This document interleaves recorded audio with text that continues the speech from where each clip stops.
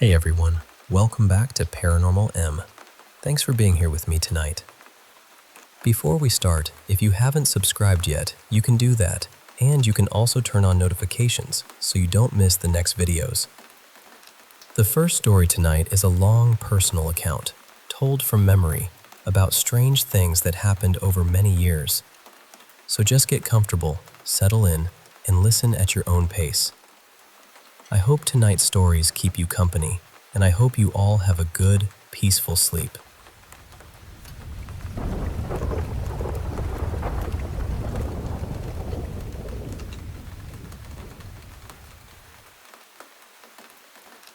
I want to tell you this gently, because even now, after all these years, some of it still sits heavy in my chest. This started back in late 2014. After my brothers, my sister, my mom and I left a really difficult situation with my father. We were already carrying a lot, more than kids should have to carry. For a while, we stayed in a shelter, and then, near the beginning of December, we finally moved into a house of our own. That first night, it was just me and my brothers there. We brought boxes upstairs and stacked them in one of the bedrooms, waiting for the furniture to arrive before unpacking. I remember checking the stack carefully. I made sure it looked steady. Later, we went down to look at the basement. It was the first house we'd ever lived in that had one, so of course, we were curious. Near the furnace, melted into the concrete, there was this dark red symbol. It looked like a six-pointed star inside a circle, almost like wax that had hardened into the floor. At the time, I didn't know what it was. Years later, I learned it looked like a seal of Solomon. That night, we made a bed out of blankets in the living room and watched movies until we fell asleep. But I kept waking up to the sound of someone running up the basement stairs. Fast, heavy footsteps. Then they would stop right at the basement door. I told myself it was just the house settling.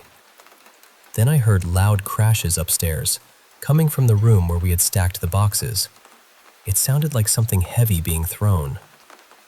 In the morning, the boxes weren't stacked anymore. They were scattered everywhere, some tipped over, some pushed into different corners of the room. I didn't tell anyone.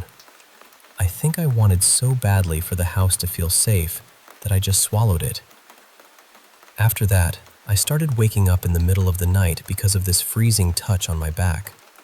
I sleep on my stomach, and I would feel cold fingers drag slowly down my spine. Not a draft, not a blanket. Fingers. The cold would stay on my skin even after I sat up. It happened more than once. The third time, I left my room and asked one of my siblings to sleep beside me. I noticed it never happened when someone else was there. In 2015, I was in high school and dating my first girlfriend. She kept telling me she heard growling in my room when I left her alone. At first, I didn't believe her. Then one day, we were sitting quietly, and I heard it too. It sounded like a dog growling beside my bed. Low, rough, angry. I looked at her, and her face said everything. She wasn't relieved to be believed. She was terrified. After that came the shadows. I would wake up in the morning and see what looked like a tall man leaving my bedroom. Not walking exactly, more like the darkness in the room was being pulled out through the doorway.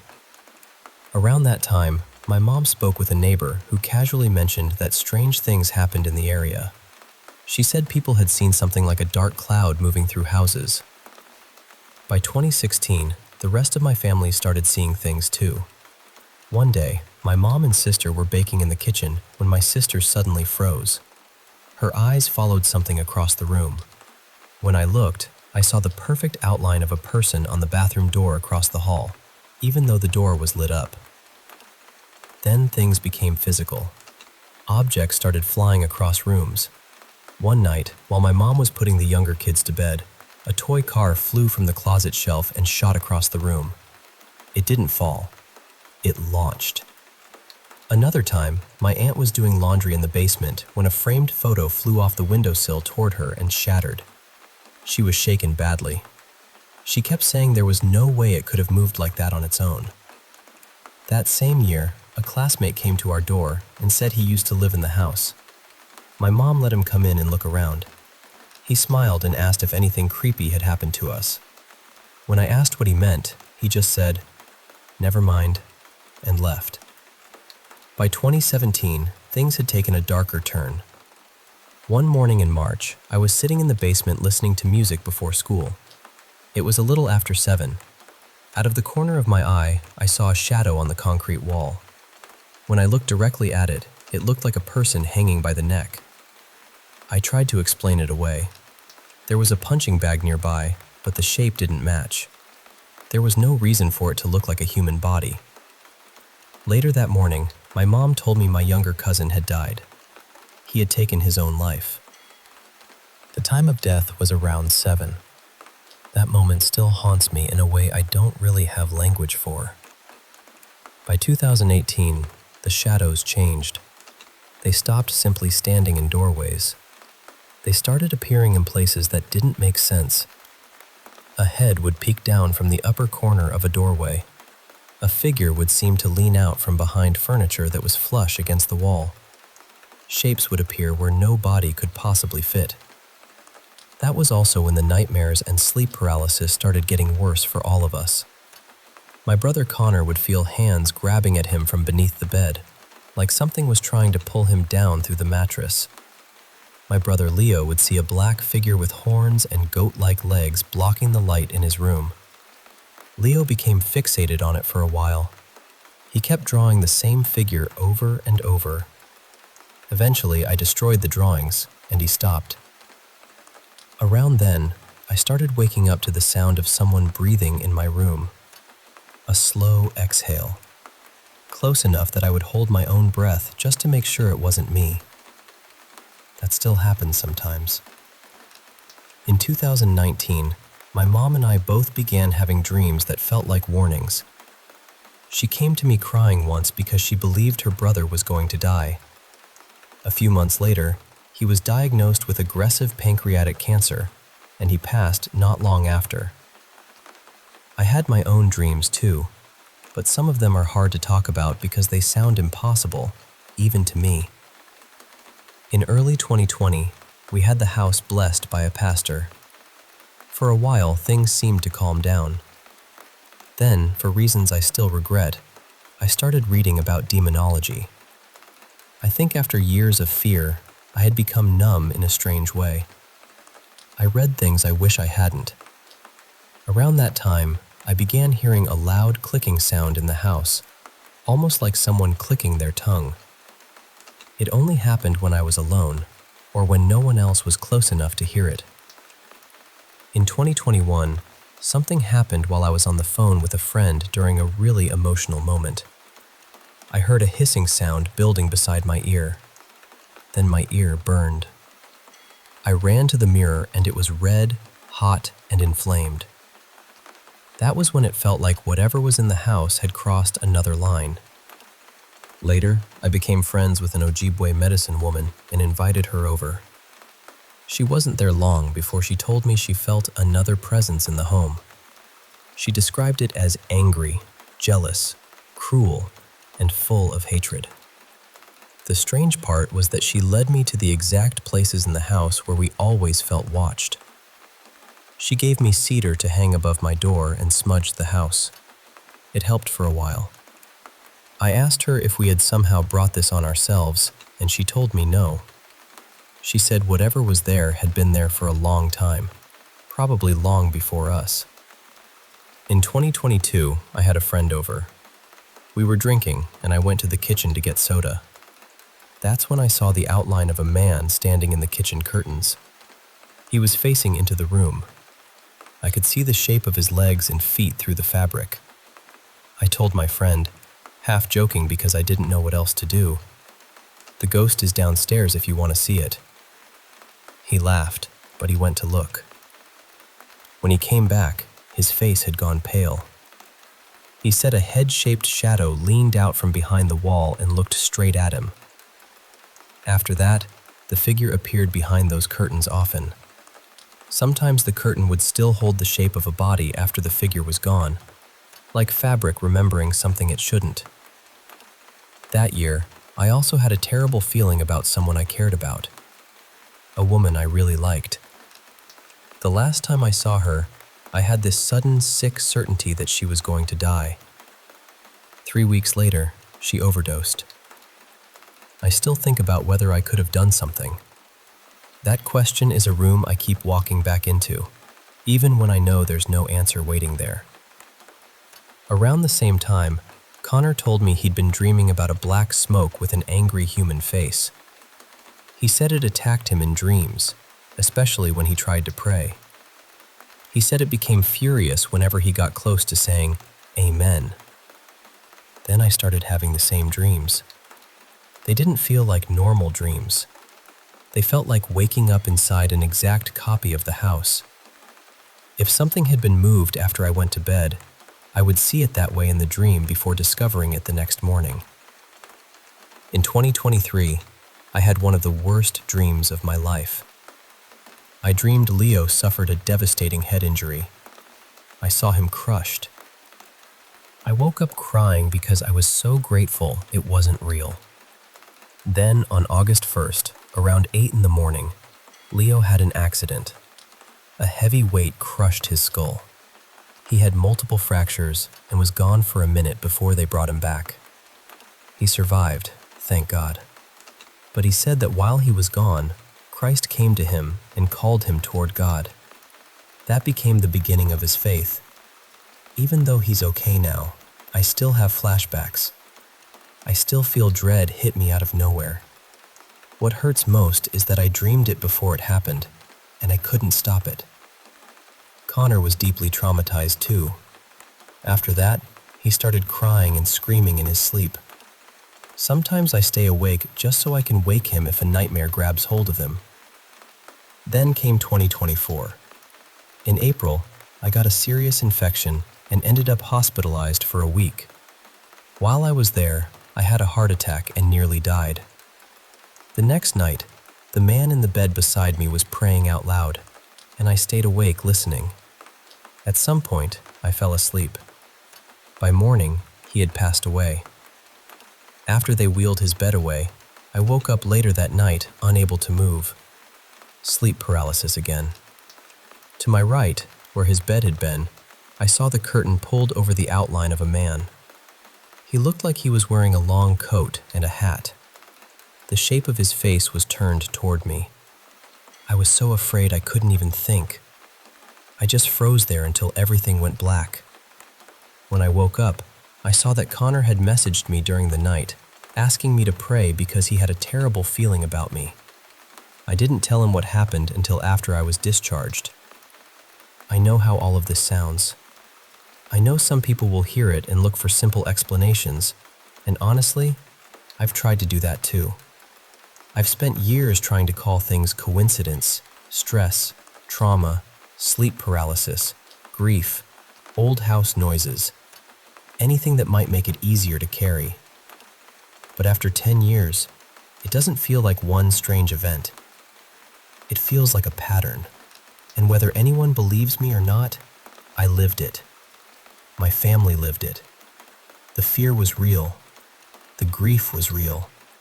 The things we saw, heard, dreamed, and felt changed us. That house never felt empty.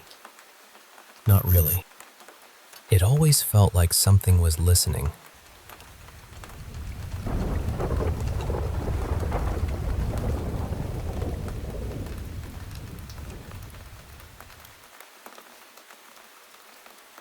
I went camping with two close friends of mine, who I'll call Jonah and Andrew. We headed up to Wall Lake in the Uintas.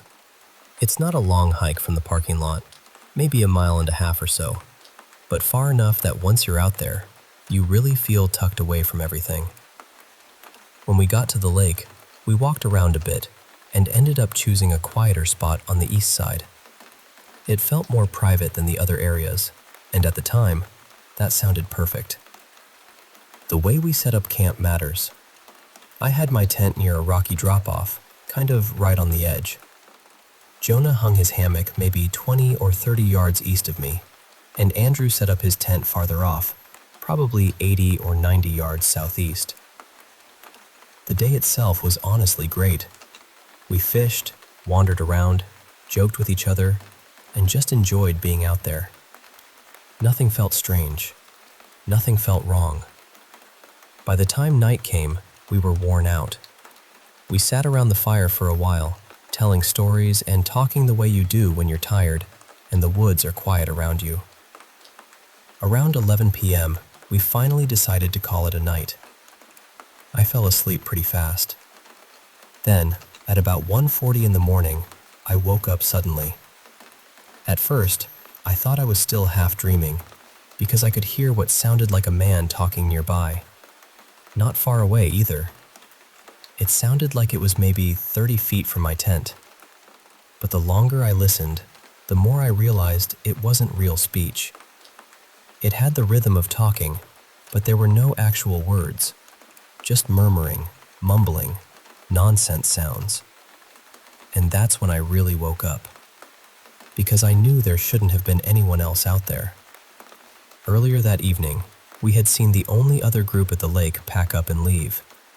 As far as we knew, it was just the three of us. So I lay there completely still, barely breathing, waiting for something else to happen. But there was nothing. No footsteps, no branches moving, no voices, just silence. Eventually, I tried to convince myself it had been some weird dream bleeding into waking up. I was tired. I was in the woods. Maybe my brain was just filling in the blanks. I managed to fall asleep again. Then, about an hour later, I woke up to this deep, guttural call right beside my head. I mean, right beside me. It sounded like it was barely 2 feet from the wall of my tent. It made the sound in a pattern. 5 calls in a row. Then it stopped. A couple seconds later, I heard the same call from the direction of Andrew's tent. Then, only a few seconds after that, it came from Jonah's hammock. That was when fear really took over. Whatever this was, it was moving between us impossibly fast. I stayed frozen in my sleeping bag, staring into the dark inside my tent, trying to make myself think clearly. But I couldn't. My mind just locked up. Then I heard footsteps. Heavy footsteps. They were coming toward my tent. I could hear rocks shifting under its weight, twigs snapping, dirt scraping. It walked right up to me and stopped. Right outside. And it just stood there. I remember lying there with tears in my eyes, too scared to move, too scared to make a sound.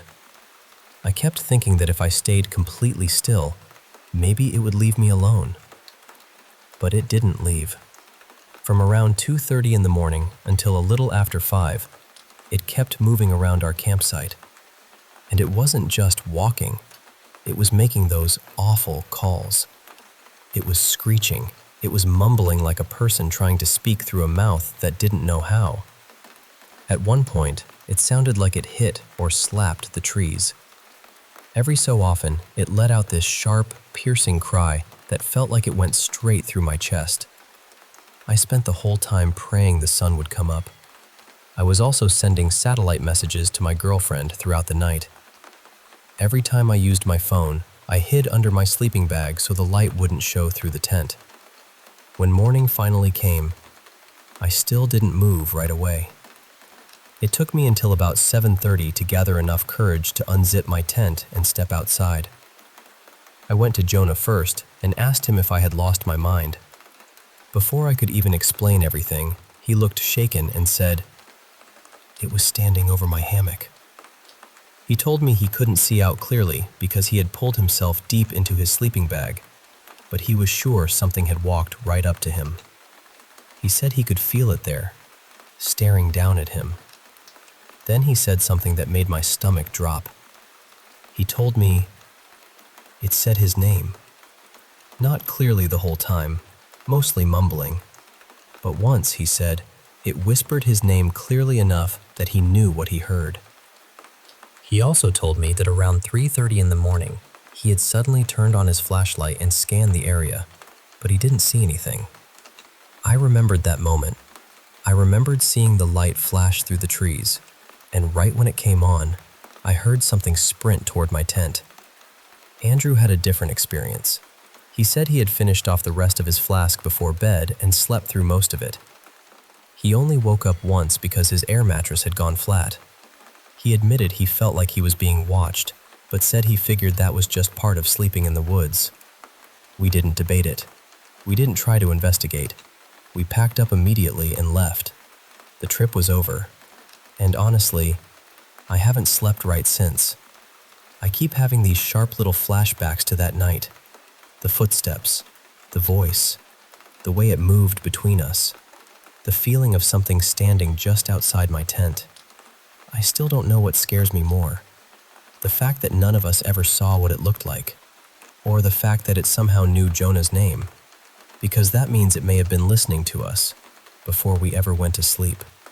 I keep hoping someone can explain it away. An animal, a person, some weird echo or sound carrying across the lake. Anything. But part of me has accepted that maybe there's something out there in those mountains. Something old and mean and waiting. And we were lucky it only wanted to scare us.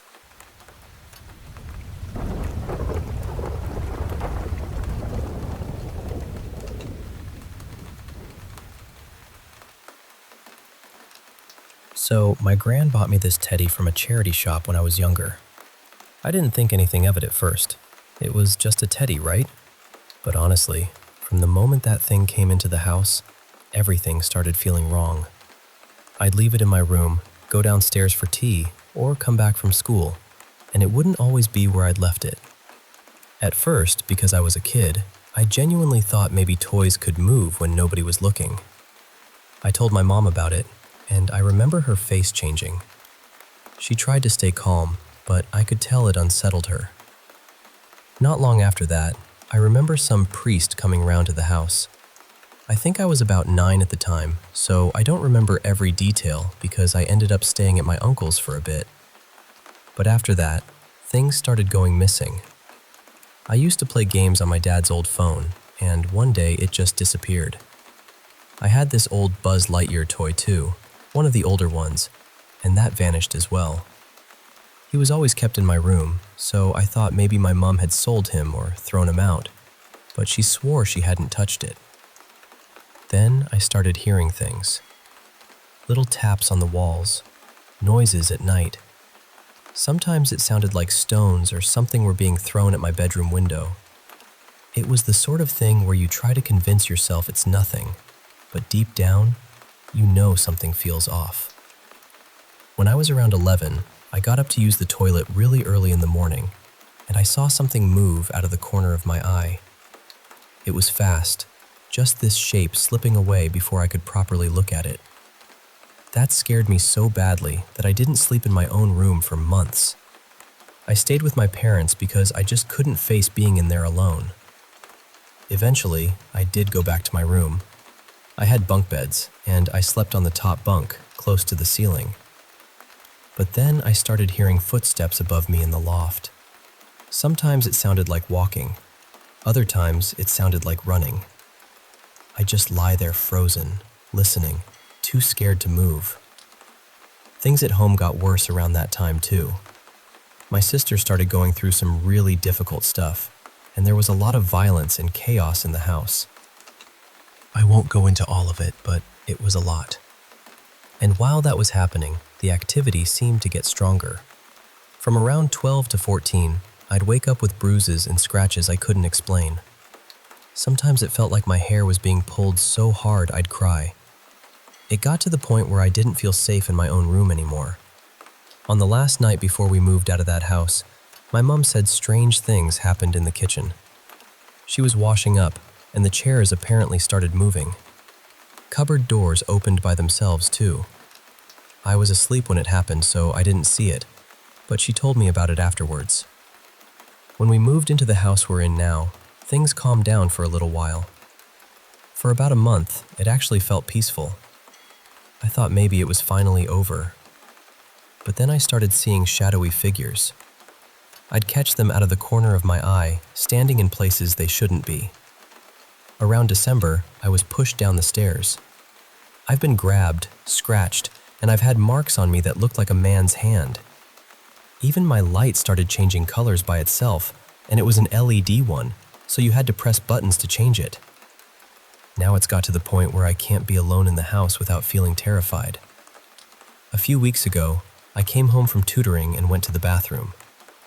While I was in there, I heard the kitchen cupboard open, then the sound of glasses crashing or flying out. Nobody was near the kitchen. And one of the scariest things was when my 2-year-old neighbor pointed toward the top of the stairs, absolutely terrified, and said, "It's looking at me. The man is looking at me." Everyone else was downstairs. I don't really know what to do anymore. This has been happening since I was about 9 or 10, and I'm 16 now. Similar things have happened to my siblings too, and my mom has had strange experiences since she was around my age, so I don't know if it's connected to the house, the family, or something else entirely. And as for the teddy my gran bought me, my younger sister cut it up years ago during one of her angry episodes. But even after it was gone, the strange things didn't stop. That's the part I still can't understand.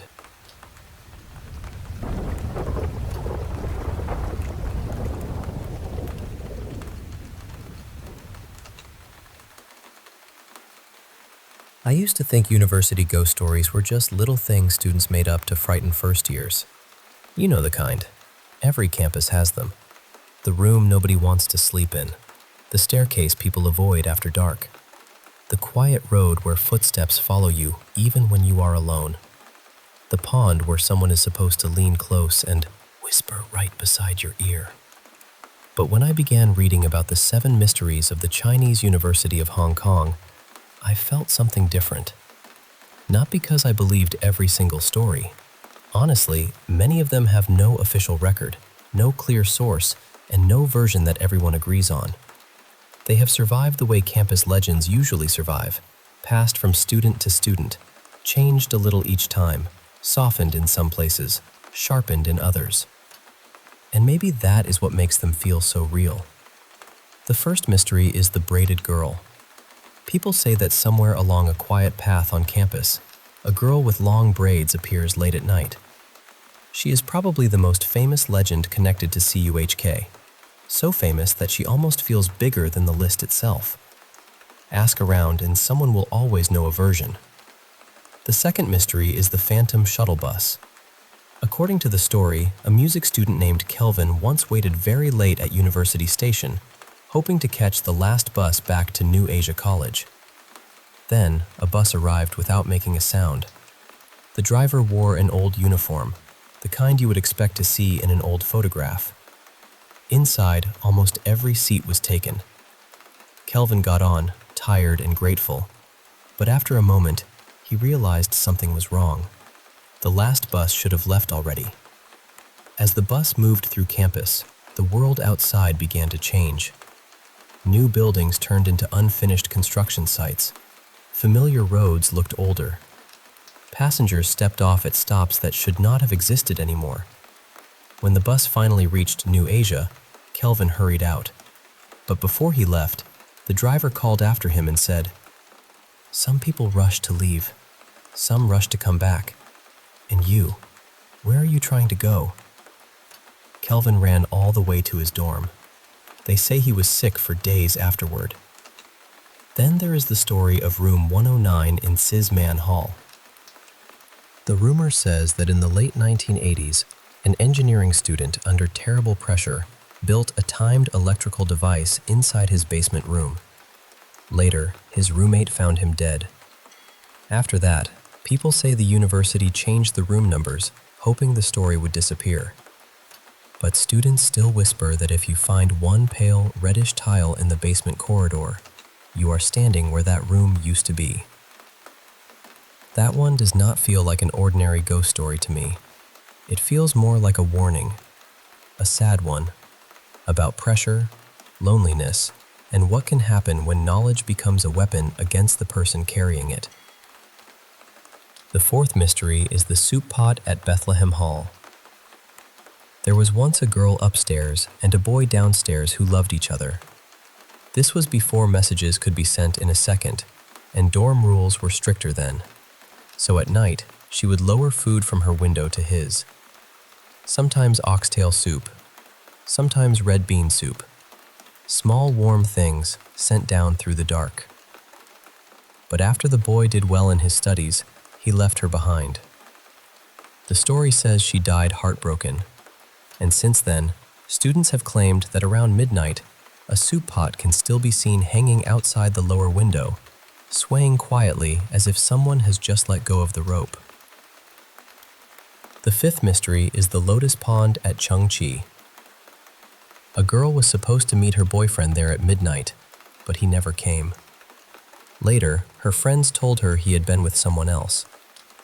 After her death, the legend says people walking near the pond late at night may hear a cold voice close to their neck. Is it midnight yet? And if you answer yes, she pulls you into the water. The sixth is the curse of the university gate. Freshmen are warned not to walk through the center of the sculpture. People say doing so can bring failed romance, failed studies, or something even worse. One student supposedly took a photo there on his first day. After that, his relationship ended, his grades fell apart, and later, after his death, classmates found the same photo with strange, curse-like writing all over the back. The seventh mystery is almost funny, at least at first. It is the two-headed monster of Lover's Path. They say if you walk there alone after midnight, you might see a strange two-headed figure waiting in the dark. But another version says it is not a monster at all. It is just two lovers sitting very close together under dim light, their shadows blending into one strange shape. That last story changed how I understood all the others. Maybe these mysteries are not only about ghosts. Maybe they are about being young, about feelings too heavy to name, about confessions never spoken, about exams that felt like they could decide your whole life, about love that could not survive growing up, about rooms, ponds, paths, buses, and gates quietly holding all the emotions students had nowhere else to put. Universities are haunted because they are places in between. You arrive as one version of yourself, and you leave as another. And somewhere between those two people, something is always left behind. So if you ever walk through CUHK at night, past the Lotus Pond, Lover's Path, or a silent dorm corridor, maybe do not search too hard for ghosts. Just whisper, "Good night."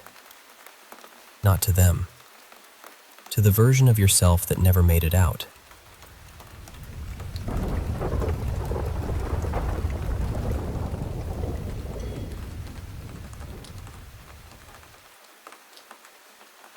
I live up on the far north coast of Scotland now, where the sea has a way of sounding alive at night. Last Tuesday, just after 10:30, I decided to walk out and revisit an old wartime pillbox on the coast, not too far from the road between Thurso and Scrabster. I'd been there once before, back when I first moved to the area, but that had been during the day.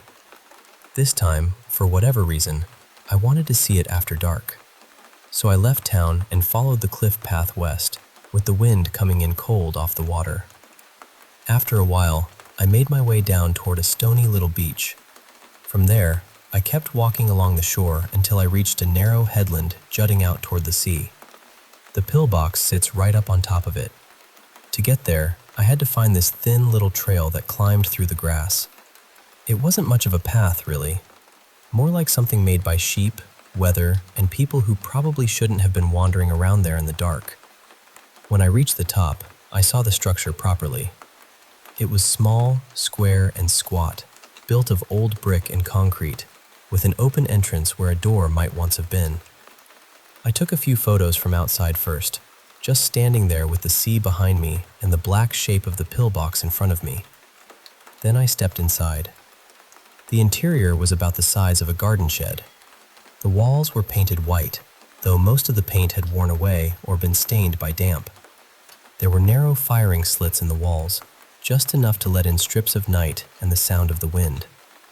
Along one side, there was a low concrete ledge, roughly knee-height, covered in graffiti and old scratches. At first, it felt exactly how you'd expect an abandoned coastal bunk to feel. Cold, quiet, forgotten. But then I noticed something strange. Whenever I stood near the entrance or turned my back directly toward it, I started to feel deeply uneasy. Not frightened in a dramatic way, not panicked, just watched, pressed on, as though something about that doorway had its own weight. If I moved to the far side of the room, the feeling faded. I could breathe easier there. I could look around, take photos, and convince myself I was being silly. But the moment I drifted back toward the entrance, that same discomfort returned. It felt as if the air around the doorway had gone sour. I know how that sounds, I really do. It sounds like nerves, darkness, imagination, all of it gathering together and making a little theater in the mind. But standing there, in that cramped white room with the sea roaring outside, it didn't feel imaginary. It felt specific. It felt located, like the wrongness belonged to that one spot. After taking a few more pictures, I decided I'd had enough. I stepped out of the pillbox and started heading back toward town. The strange thing is, this wasn't the first time I'd felt something like that in an old military place. Years ago, I explored a tunnel beneath a fort in England, and I had that same kind of heavy, uncomfortable feeling there too. I later found out that place had a reputation for being haunted. Fort Paul in northeast England, if you want to look it up. When I got home, I started researching the pillbox I'd just visited. That's when I found out it's known locally as Scrabster Castle. Not because the pillbox itself is a castle, obviously, but because it was built over the ruins of one. Supposedly, the castle dated back centuries, possibly to the medieval period. And according to one old story, a bishop was once horribly tortured there. His tongue was cut out, and his eyes were taken. Now, I couldn't find any proper record of the pillbox being haunted. No ghost stories. No reports from other people saying they'd felt anything strange inside it. Nothing like that. So maybe it was just me. Maybe it was the dark, the isolation, the wind, and the knowledge that I was standing in a place layered with old violence and old stone. But I'll tell you this. There was something about that doorway. And even now, when I think about it, I don't remember the room first. I don't remember the graffiti, or the ledge, or the narrow windows. I remember that entrance. I remember standing near it. And I remember feeling, very clearly, that I should not turn my back on it.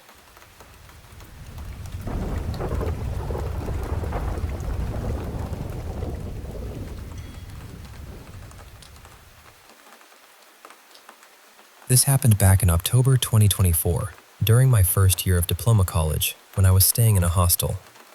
I'm not sharing this because I want to prove anything to anyone. I'm not trying to say ghosts are definitely real, or that everyone has to believe me. Honestly, even now, I don't fully understand what happened. I've gone over it in my head so many times, and I'm still searching for an answer. For privacy, I'll change the names a little. It started one night at around 3:40 in the morning. My roommate at the time, I'll call him Arian, called me from the old washroom area of our hostel. The moment I picked up, I could tell something was wrong. His voice was shaking badly. He didn't explain anything.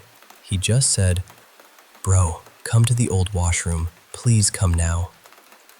I got up immediately and went there. The corridor felt strange that night. It wasn't just quiet. Hostels are usually quiet at that hour, but this felt heavier somehow, like the whole building was holding its breath. When I reached the washroom, Arian was still inside. The first thing he asked me was, "You're outside, right?" I said, "Yes, I'm here." He stepped out slowly, and I still remember his face. He wasn't just scared. He looked completely shaken, like he had seen something his mind couldn't accept. He looked straight at me and said one word: "Run." And we ran. We ran all the way back to our room, locked the door, and played Hanuman Chalisa on the phone.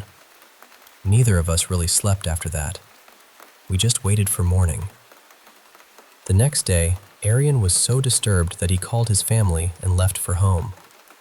When he came back after the break, he was wearing a protective amulet. He told me he had visited a spiritual healer. At that time, I honestly didn't take it seriously. I thought maybe he got scared. Maybe he imagined something. Maybe the old washroom just got into his head. I even laughed a little. I thought whatever happened that night was finished. But later, things changed. A few months passed, and Arian and I had a small argument. Nothing huge, just hostel room kind of tension. After that, I shifted rooms. Around that time, I became very close with another friend. I'll call him Bhavesh. I was already spending most of my time in his room, so eventually I moved in with him. For a while, everything felt normal again. No strange sounds, no bad dreams, no weird feeling. Life became ordinary.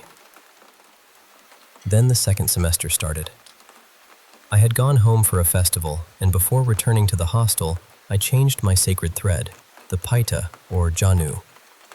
In my family tradition, it's something Brahmin boys wear across the body.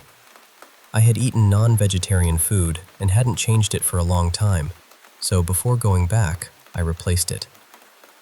When I returned, I don't know what came over me, but I suddenly wanted Bhavesh and me to shift to room number 17. He didn't want to move at all. He kept saying the room was unnecessary, that we were fine where we were. But I kept convincing him, and somehow he finally agreed.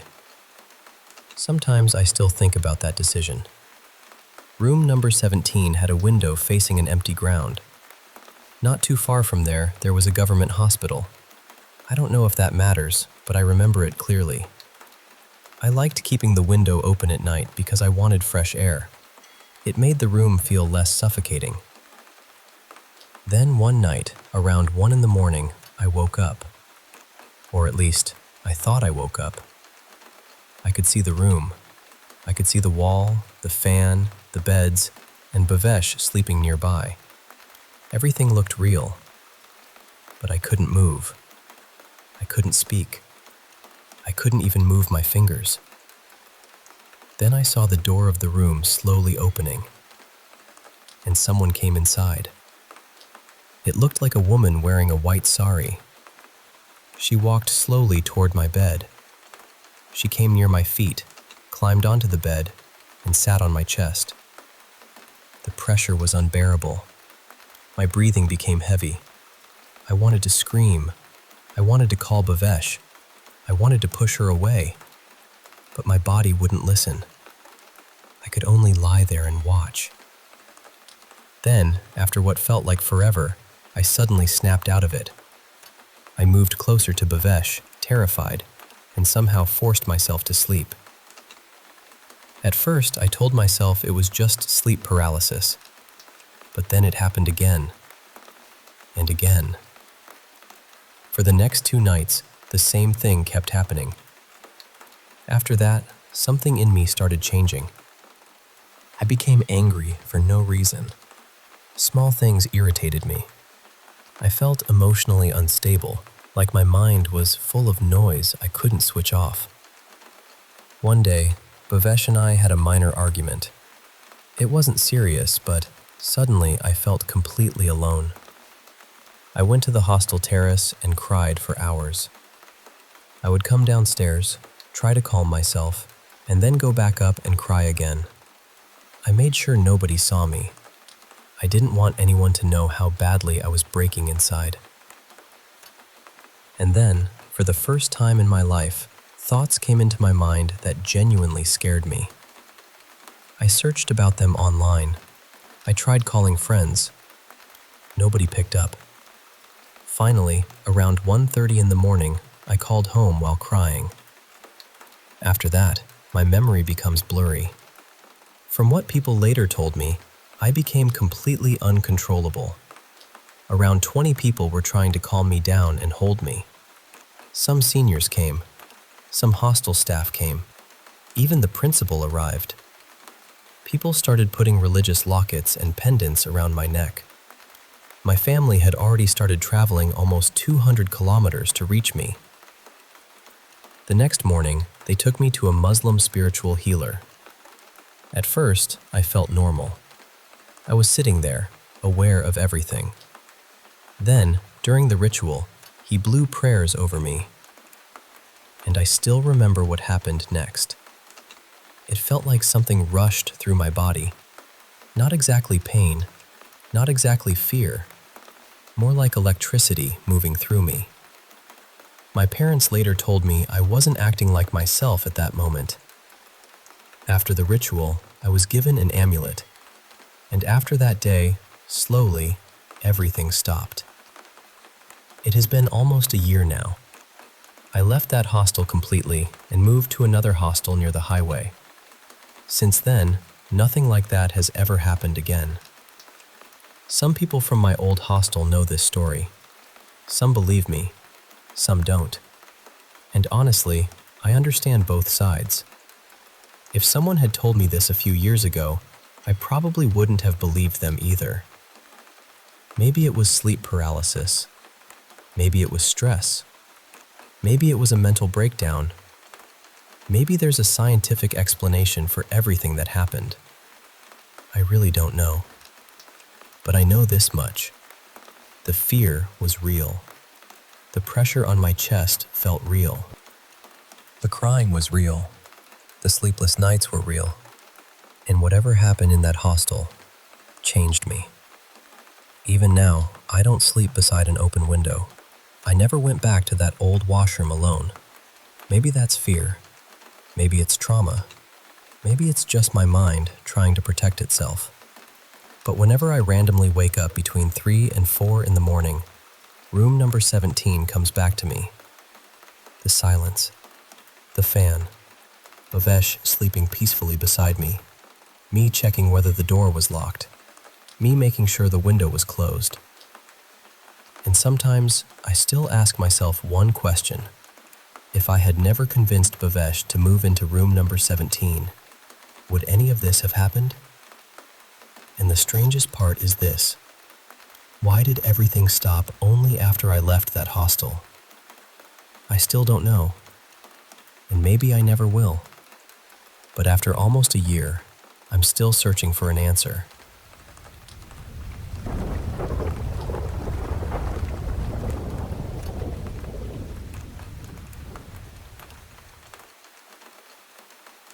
I never really meant to tell this story.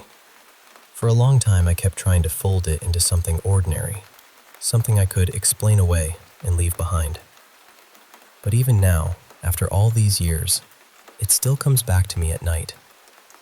This happened in late October of 2018, when I was living by myself in a little rental house outside a rural town in Oregon. It was not some ancient, crumbling place. Nothing dramatic like that. Just a plain single-story house at the end of a quiet road, with fields on both sides and the closest neighbor far enough away that their porch light looked like a star. One night, I woke up at 3:19 in the morning. I remember the time clearly because my alarm clock was facing the bed, glowing red in the dark. At first, I did not know why I was awake. Then I heard it. Footsteps. Not on the porch. Not outside the window. Inside the house. They were coming from the hallway, slow and heavy across the wood floor. 3 steps. Then a pause. 3 more steps. Another pause. I lay there completely still, telling myself it was pipes or old boards shifting, or my tired brain still dragging pieces of a dream into the room with me. But then the footsteps stopped right outside my bedroom door. The door was shut. Underneath it, I could see a thin strip of yellow light from the kitchen lamp I had accidentally left on. And then something blocked that light. A shadow filled the gap. It did not sway. It did not move. It was just there. I reached for my phone without making a sound and opened the security camera app. I had a cheap little camera set up in the living room, angled toward part of the hallway. The feed loaded. The hallway was empty. I stared at the screen, breathing so quietly it hurt, because I could see nothing on the camera.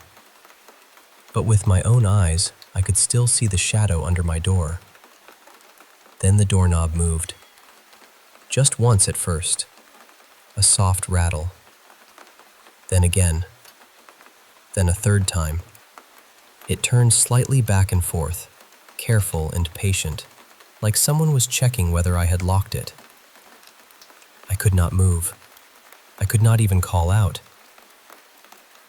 After maybe 10 or 15 seconds, it stopped. The shadow vanished. The strip of kitchen light came back beneath the door, warm and ordinary, like nothing had happened at all. I stayed awake until sunrise with every light in the house on. The next morning, I checked the camera footage. At exactly 3:19 a.m., the living room recording glitched. There was no person in the hallway, no movement I could clearly point to. But the picture broke apart for several seconds, turning grainy and warped, almost like static. At the edge of the frame, for just a moment, there was a dark shape. I know what that sounds like. I told myself it was a bad camera, a compression error, dust maybe, anything else. A few weeks later, I mentioned it to an older woman who lived on a farm down the road. I barely got through the first part before she went quiet. Then she asked me, very softly, "Did it stop at your bedroom door?" I laughed because I did not know what else to do. She told me people had talked about that house before. A couple had left after only 3 months. Another renter said they heard someone walking the hallway almost every night. Always after 3. Always stopping at the bedroom door. I moved out the following spring. But the part that still bothers me happened on my last night there. I was clearing out a closet when I found an old photograph wedged behind the back of a shelf. It showed the land before the house existed. Just a wide, empty field under a pale sky. On the back, written in faded blue ink, were 6 words. "Don't let him know you're awake."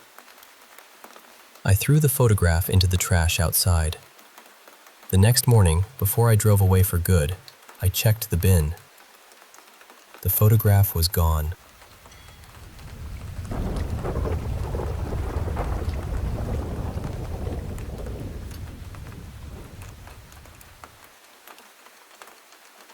I had one of the strangest experiences I've ever had, and honestly, I'm still trying to make sense of it. I'm sharing this because I'd really like to hear serious thoughts from people who understand paranormal experiences, religion, dreams, sleep-related phenomena, out-of-body experiences, or spiritual encounters. Just to give a little context, I'm not the kind of person who spends every night watching ghost videos or looking for spooky explanations. I also work late hours pretty often, so being awake around 3 in the morning isn't unusual for me. This wasn't a situation where I saw the time, thought about the so-called witching hour, and then convinced myself something strange had happened. The experience came first. The research came afterward. I remember waking up around 3:17 a.m., but before I woke up, I was somewhere that felt like my living room. It looked familiar enough that I knew what it was supposed to be, but it didn't feel like my actual living room. It felt almost like a copied version of it, or another layer of the same place, the same room, but not quite the same reality. Everything was dark, muted, and almost drained of color. There was a figure in the room with me. I could tell it was dressed in something that looked like a dark suit, but I couldn't see its face. Where the face should have been, there was this bright glow or light around it, strong enough that the features were completely hidden. The thing that unsettled me was that it seemed aware of me. It felt like it was looking right at me the whole time. And then it started moving closer. but it didn't move normally. It was extremely slow, almost unnaturally slow, like time wasn't working properly around it. The movement had this delayed, overlapping quality. At a few points, I honestly couldn't tell if there were two figures standing there, or if I was seeing some kind of trailing image from the same figure moving through the room. As it got closer, I started feeling this humming sensation. It wasn't just something I heard. It felt physical, like a vibration moving through the space and through my body. The closer the figure came, the stronger that vibration became. When it finally sat down near me, the humming was at its strongest. It felt intense, almost like being surrounded by a frequency I couldn't escape. And then I woke up. I checked the time and saw it was around 3:17 a.m. My first feeling was relief. I was awake. I was in my real room. I was safe. Still, I felt shaken enough that I brought my dog into the bedroom with me, just to feel a little more grounded. Later, I remembered that my door camera records audio, so I went back and checked the footage from around that time. Between about 3:14 and 3:15 a.m., there were two distinct sounds captured. I'm not saying that proves anything paranormal. I'm not trying to force that conclusion. I'm only saying the sounds were there, and I don't know what caused them. Since then, I've been reading about the period between 3 a.m. and 4 a.m. I've seen some religious and spiritual traditions describe that time as significant, while other explanations point to sleep cycles, vivid dreams, sleep paralysis, or the brain being in a strange in-between state. I'm not looking for someone to tell me, that was definitely a spirit, or that was definitely just a dream. I'm more interested in hearing from people who have experienced something similar, or who know about paranormal traditions, religious teachings, sleep phenomena, out-of-body states, or spiritual encounters. Has anyone else ever felt like they were in a familiar place, but it seemed like a different version of reality?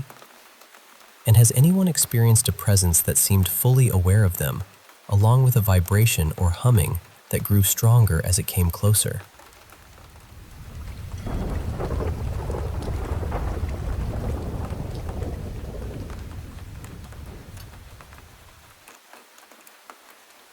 I've only told a handful of people about this, mostly close family, because it's still happening, and honestly, it's been weighing on us.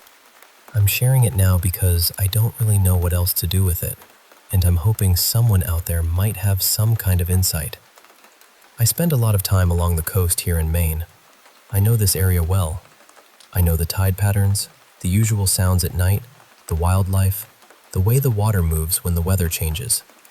My girlfriend, Lena, and I take late walks pretty often, usually somewhere between 10 at night and midnight, along a quiet beach not far from where we live. At that hour, it's empty. Not quiet in the peaceful tourist brochure sense. Empty. No people, no headlights, no voices, nothing but the surf, the wind, and the sky. This started a few weeks ago.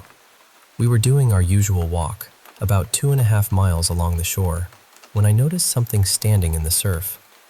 At first, I thought my eyes were playing tricks on me. It was a tall, black silhouette, very slender, with what looked like arms hanging at its sides. It was standing in ankle-deep water, perfectly still. I pointed it out to Lena, and she immediately wanted to turn back. I don't blame her. Something about it felt wrong from the first second. I'm usually the curious one. I've always been interested in strange sightings, UFOs, unexplained things, so my first instinct wasn't exactly fear. It was this intense need to understand what I was looking at. But the closer I got, the stranger it felt. I'm about 6'2", and whatever this was looked taller than me. Maybe 6'6", maybe close to 7 feet. There was no artificial light out there, just moonlight and stars, but I could still make out the shape clearly enough. It looked humanoid. Not like a person in a wetsuit, not like driftwood, not like a post or a buoy. It looked like something standing there and watching us, and I mean that in the most literal way. I could feel it watching us. I walked closer, maybe within 100 feet, trying to make sense of it. My body was buzzing with adrenaline. I had my phone, but I didn't even think to take it out. I was locked onto this thing, staring, trying not to blink, trying not to look away. Behind me, Lena kept calling for me to come back. She was scared, and her voice had that sharp edge people get when their instincts are screaming louder than their thoughts. Eventually, I turned around with her, and we started walking back toward the car. That's when we saw two more. They were farther down the shoreline, standing in the water just like the first one. Same tall, narrow shape. Same stillness. They were maybe 5 feet apart, both facing toward us, both in the surf. The part that bothers me most is that we had just walked past that stretch of beach. There is no way we wouldn't have seen them earlier. The beach was wide open. The shoreline was visible. They had not been there. Lena started running. I followed, slower at first because I didn't want to take my eyes off them. I kept looking back until they faded into the darkness and disappeared. After that night, we were both shaken. I tried to explain it away. I looked into everything I could think of. People, animals, reflections, markers in the water, weird shadows. None of it really fit. Then came June 18th. Same beach, same time, right around 10 at night. It had been windy all day, so the ocean was rougher than usual. The waves were choppy, and there was a damp fog hanging low over parts of the beach. When we started the walk, it was still dusk, and because the beach stretches for miles, we could see a long way down the shoreline. It was empty. We walked like normal, though I'll be honest, the first sighting was sitting in the back of my mind the whole time. By the time we reached the turnaround point, it was fully dark. Just stars, moonlight, and the white noise of the surf. On the way back, we saw it again. It had not been there before. I am completely sure of that. This time, it was farther out in the water, maybe knee-deep or waist-deep depending on the slope. A tall, black figure standing in the surf. I could make out the body and arms, but not a face, not clothing, not any detail that made it feel human. This time, I forced myself to take out my phone. I tried recording first, but the flash just lit up the fog and ruined the view. So I switched to night mode on my Samsung and started taking photos. Then I did something I still don't fully understand. I moved toward it. As I got closer, the figure seemed to move backward into deeper water. Not fast, not like it was splashing away. More like it was withdrawing, keeping distance between us. I got maybe 30 or 40 feet from it. I was standing in shallow surf, water around my ankles and shins, taking photos with my heart pounding so hard I could feel it in my throat. And then this feeling hit me. Do not go closer. It wasn't a thought exactly. It felt heavier than that, like my whole body understood something my brain hadn't caught up to yet. The figure stayed there, watching. The waves were breaking against it, and I could see its body shift slightly with the water. But the movement was wrong. It had these quick, jolting motions, especially in the arms, almost glitchy, like it wasn't fully matching the world around it. That's the only way I know how to describe it. Lena had already started walking back.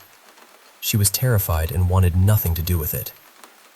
After maybe a minute of taking pictures, I got another strong wave of dread and finally turned and ran after her. We kept looking over our shoulders the whole way back. Later, when I checked the photos, I felt frustrated more than anything. The camera didn't capture what it looked like in person. In the images, it looks thicker, blurrier, almost farther away than it really was. But I know how close I was. I know what I saw standing there. And here's another strange part. 2 nights before that second encounter, we We were walking the same beach and saw 3 or 4 boats in the shallows near that exact area. They looked official, maybe police or Coast Guard.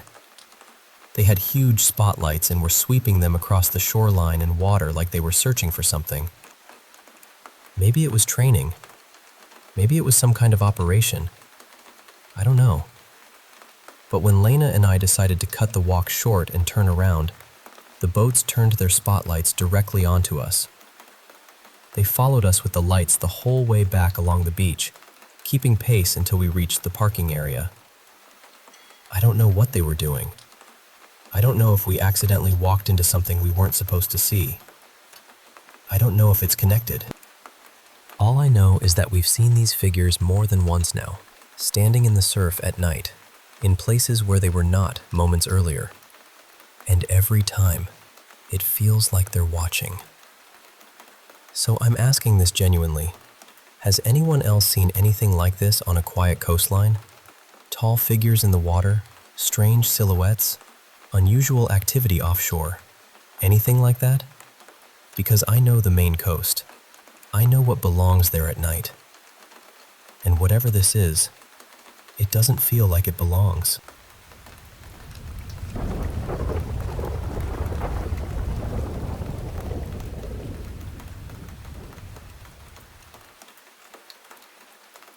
I'm sitting in my brother's room right now, saying this with the lights still on, because my hands haven't stopped shaking. I don't really know what we saw tonight. I don't even know what to call it. It started a few days ago. I was in my room at my desk, working on some 3D stuff in Blender, just practicing little models and textures, when I heard this heavy thudding above me. At first, it sounded like footsteps. Then it turned into these sharp knocks, almost like someone was punching the ceiling from the other side. I tried to brush it off. Houses make weird noises. Pipes shift. Maybe something upstairs moved.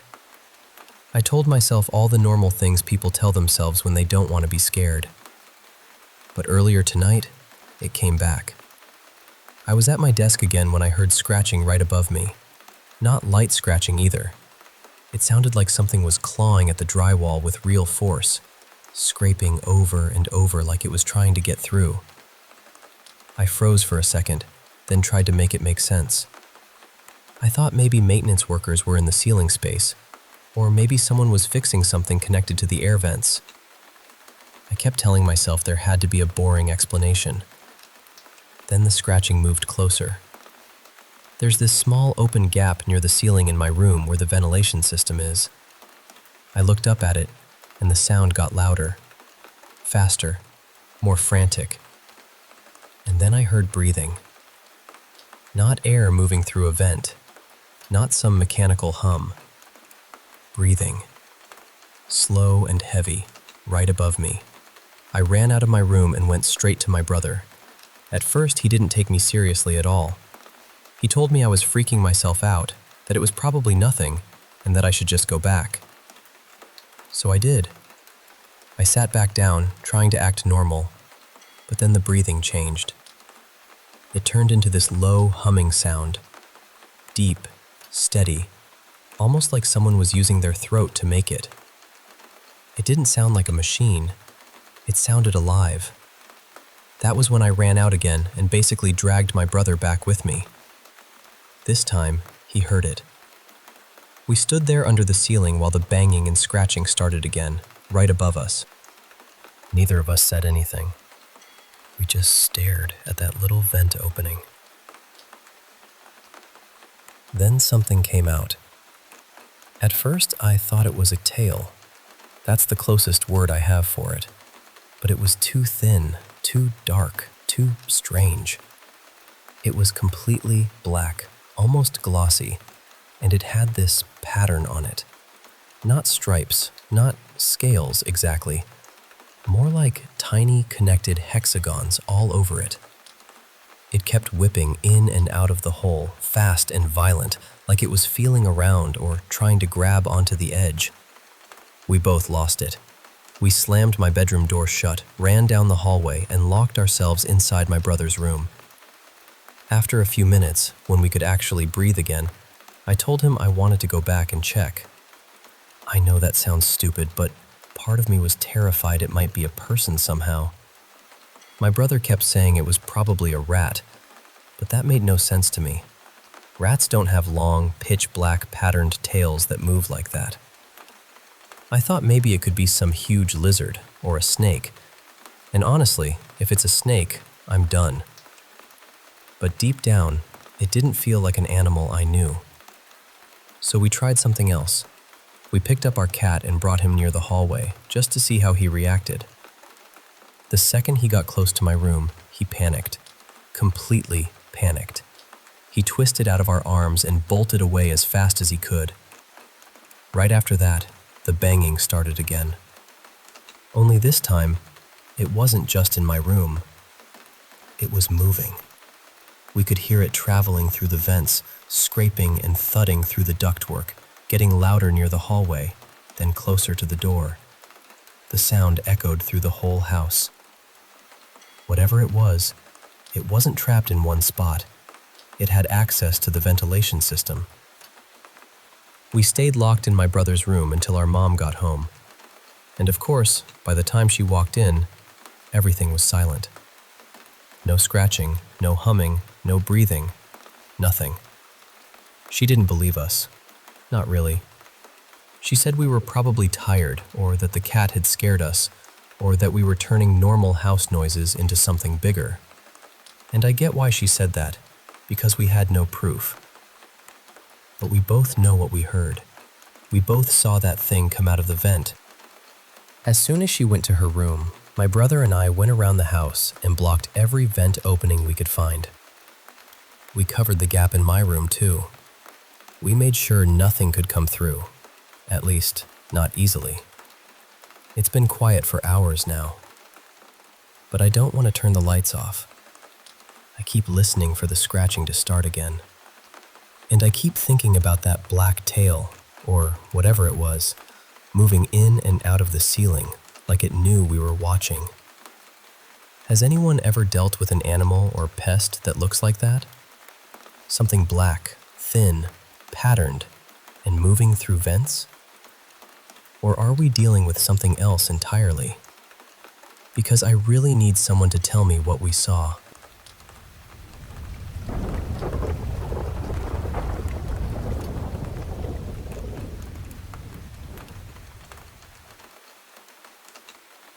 I'm going to try to tell this as clearly as I can, without letting my thoughts run off in every direction. This happened in Capri, Italy, near the Blue Grotto. It's this underwater cave with a small air opening, and if you swim through the dark, there's a dry, rocky area farther inside. I had a flashlight with me, wrapped inside 2 plastic bags because I was worried about water getting in. My dad had told me there was a little beach inside the cave, and honestly, I was too curious not to see it for myself. So I went in. I swam through, reached the dry part, and it was much bigger than I expected. Not just a tiny patch of rock. I walked for maybe 5 minutes, moving from wet stone to completely dry ground. The strange thing was, there was no echo. None. The cave walls were jagged and uneven, almost like the place swallowed sound instead of bouncing it back. I went down a narrow passage and found what looked like an old hangout spot. There was a rescue float, one of those ring-shaped ones, just sitting there. And then I saw it. I swear to you, I saw a face. It was farther back in the cave, maybe 30 meters away, partly around a bend. My flashlight hit it just right, and I saw 2 eyes reflecting the light. A bald head, the shape of a person. It looked straight out of a nightmare, but not blurry in that way your mind invents things in the dark. It looked real. A face, a person, a body, looking right at me. There was nobody else in that cave. I'm telling you, if someone had been there, I would have seen their things, heard them moving, noticed something. You couldn't just casually set up inside a place like that. Getting supplies through that tiny entrance would be almost impossible. For a second, I wondered if it was something placed there on purpose. Maybe a statue or a figure meant to scare off tourists who went in unprepared. Maybe something old, from when the island had Roman villas and hidden corners everywhere. Or maybe something more recent, put there to keep people away from dangerous parts of the cave. I don't really believe in evil spirits or horror movie things, but part of me wondered if it was some kind of warning. Not something bad exactly. Maybe something saying, "Don't go farther. You're alone in here. This place is not safe." Maybe it showed me the thing that would scare me most. The thought that someone else was deep in the cave with me. I stood there for just a moment, frozen. Then, because I didn't know what else to do, I greeted it in Italian. There was no answer.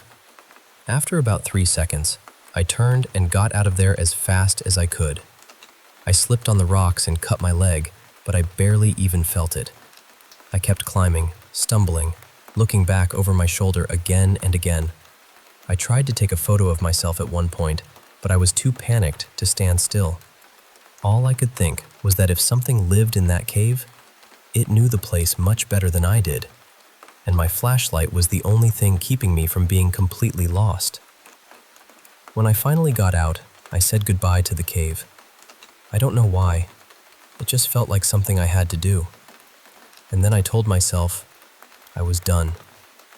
Later that same day, my phone got salt water in it during something unrelated on the boat.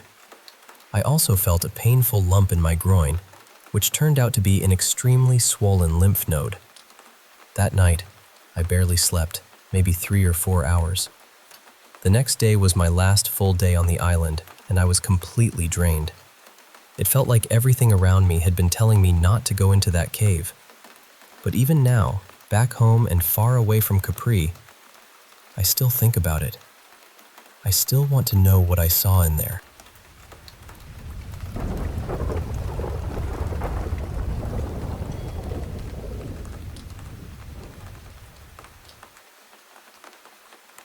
I'm honestly not sure where to begin, so I'll just start with the part that has never really left me. When I was about 12, my older cousin Mara came to stay at my parents' house for a little while. We shared my room, and back then it felt like a sleepover that just kept going. We'd watch TV too late, sneak snacks after everyone else was asleep, and play video games until one of us finally gave up and crashed. She slept on a mattress on the floor, and I remember feeling lucky to have her there. But there was one night that changed everything. After that, she was ready to go home, and she never stayed overnight at our house again. That night started like any other. We did our usual routine, got ready for bed, talked for a bit in the dark, and fell asleep around 9:45. I had this dream that I was at a big shopping center with my mom, Mara, my aunt, and 2 of my uncles. Everything felt normal at first. We were walking around, looking at clothes and random things, when I passed this girl. She smiled at me, not in a friendly way. It was too still, too fixed. I didn't know her. I had never seen her before. But every time I turned a corner, there she was. Every time I looked behind me, she was standing somewhere nearby, smiling at me like she had been waiting for me to notice. Mara saw her too. I remember my cousin glancing back at the girl, then looking at me with this expression like, "You see her too, right?"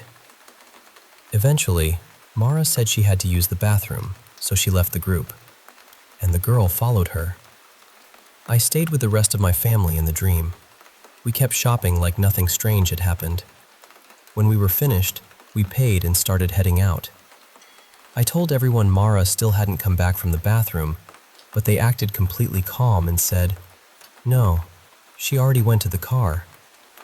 So I went with them. But when we got to the car, she wasn't there. I remember saying I was going back inside to find her. I started running across the parking lot, and suddenly I heard this awful horn blaring. I turned and saw a truck coming straight toward me. Then I sat up in my bed. Except I was still dreaming. My room was dark and quiet, and the first thing I noticed was that Mara wasn't on the mattress. Her blanket was gone. Her bag was gone. It looked like she had never been there at all. I got up and stepped into the hallway. I started checking rooms as I passed them, calling for her, getting more scared with every second. Then I saw that my parents' bedroom door was slightly open. I pushed it just enough to look inside. I don't want to describe every detail, but what I saw was horrible. My parents were dead, and the room looked like something violent and impossible had happened there. I was 12. I had never imagined anything like that before, and I still wish my mind hadn't been able to make it. Somehow, I made myself run to my little brother's room. When I got there, I saw him being pulled out through the window by a tall man wearing a brown jacket, black pants, and a red cap. The worst part was that he didn't have a face. It was just blank, empty, like someone had erased the part of him that was supposed to be human. My brother was screaming. I ran out the front door, and the air outside was freezing. I saw a red truck parked near the curb. One of the doors slammed shut, and then it sped away. I tried to chase it. And then I woke up for real. I was shaking so badly that I told my mom, even though I didn't want to talk about it. Later that day, I told both of my parents the whole thing. They just stared at me for a second and asked if I was joking. I told them I wasn't. That was when they told me Mara had woken up terrified too, and she had described the same dream, at least up until the part where she left us to go to the bathroom. That's where her dream split off. She said that when she got to the little hallway near the store bathrooms, she passed a man coming out of the men's restroom. Brown jacket, dark pants, red cap, no face. She said he scared her, but he was leaving, and she really had to go, so she kept walking. When she was done, she went to wash her hands. The smiling girl came in and stood at the sink beside her. She turned the water on, but she didn't wash her hands. She just stared at Mara. Then the girl started pulling off her own fingernails. Mara said there was blood running into the sink, and the girl never stopped staring. She tried to leave, but the bathroom door was gone. Not locked, gone, like it had never existed. When Mara turned back around, the girl was pulling out her own teeth. Mara started pounding on the wall, thinking maybe somehow it was a prank, even though that didn't make sense. Then the girl screamed at her. Mara fell backward through what felt like a hole in the wall or floor, and suddenly she landed outside on a street. But not my street. It was the street where she had lived when she was little. She knew it immediately. She said she could see her childhood house down the road, so she started running toward it. Then she realized the girl was there too, chasing her. Mara said the street stretched in front of her like it would never end. No matter how hard she ran, her house got farther away. Right before she woke up, she felt the girl's hand brush the back of her neck. That was it. We were both terrified. Not just because the dreams were scary, but because they matched. We remembered the same store, the same girl, the same moment when Mara left for the bathroom. We even remembered little bits of the conversation before everything went wrong. After that, Mara refused to use public bathrooms for years. I started checking the locks before bed, then checking them again. When I got older, I used my own money to buy a taser and a small security camera setup because some part of me still felt like I needed proof that the house was safe. People have tried to explain it. We went to therapy. Someone suggested maybe Mara had insecurities about her appearance, but that never fit. She was pretty, never cared much about makeup, never had dental problems, and she was never into doing her nails anyway. She also wasn't claustrophobic. And for me, scary movies weren't allowed in our house. I was homeschooled, so my parents were careful about what I watched. I didn't know about horror characters or faceless figures like that back then. I didn't know anyone with a red truck. I wasn't afraid of my parents dying either. They had both been in the army, and when I was 12, they seemed completely untouchable to me. So I still don't know what happened. I don't know how two people can fall asleep in the same room and end up in the same dream. But we did. And even now, all these years later, I can still see that girl smiling.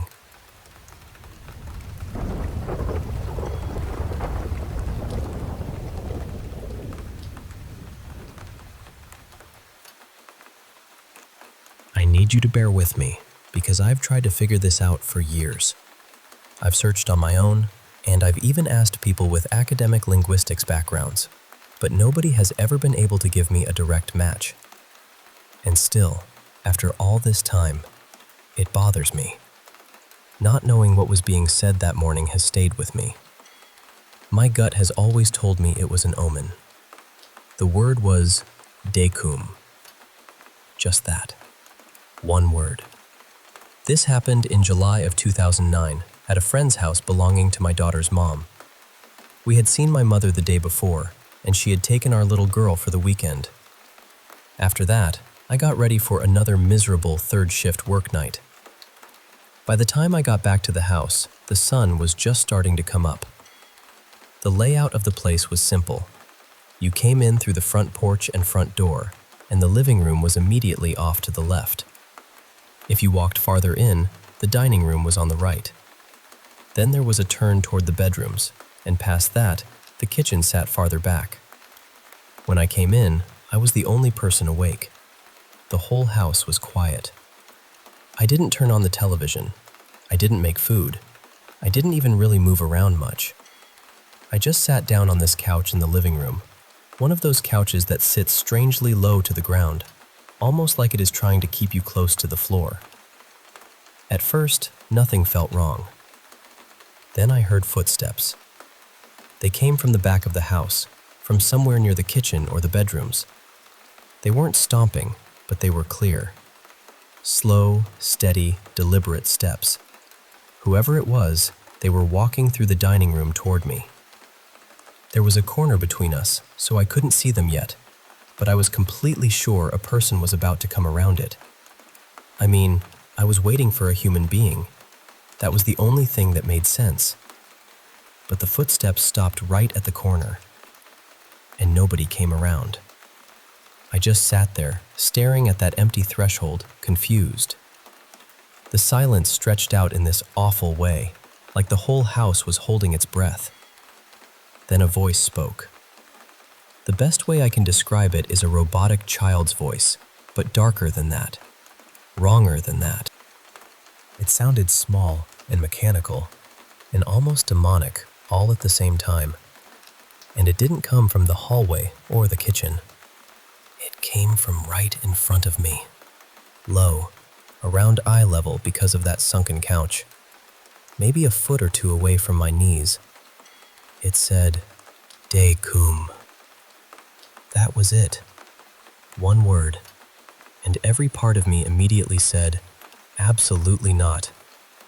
I got up and left the house. I didn't try to investigate. I didn't call out. I didn't go looking for a speaker, a person, a prank, anything. I just got out of there and went to a park, where I stayed for hours until my daughter's mom woke up and called me. For years, I couldn't find anything that explained that word. I hated even saying it out loud, but my brain never let it go. It was burned in there. A decade passed, and still nobody could tell me what it meant. The feeling I had, though, never changed. It felt old, ancient almost, and the way it was spoken felt so final, so matter-of-fact, that I couldn't shake the sense that it had been a warning, or a bad omen.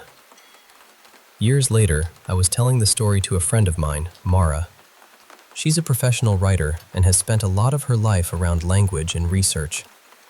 I told her about the word and how it had always been a mystery. She said there can be a lot of nuance with Latin, but what she recognized sounded close to decum or deacum, something connected to 10 or 10th in the sense of the 10th year, not just a fraction like 1/10. And the moment she said that, my mind made the connection almost instantly. 10 years after that July morning, in July of 2019, my brother died here at home. An overdose. It was devastating. Now, I'm not saying with absolute certainty that this is what the word meant. Language is complicated, and my friend and I couldn't prove it. But it checked too many boxes for me to ignore. It sounded like an omen when I heard it. Latin has that old association with demonic things, whether people believe that or not. And the timing, 10 years to the same month, was just too strange. One more thing, too. The house where this happened was less than a mile from another house I lived in as a child. A house my family was basically driven out of by things I can only describe as demonic. This was all in Cuyahoga Falls, Ohio. Maybe that land has something wrong with it. Maybe it's cursed. I don't know. But I do know this. I heard that word. I heard those footsteps. And after all these years, I still remember exactly how it felt.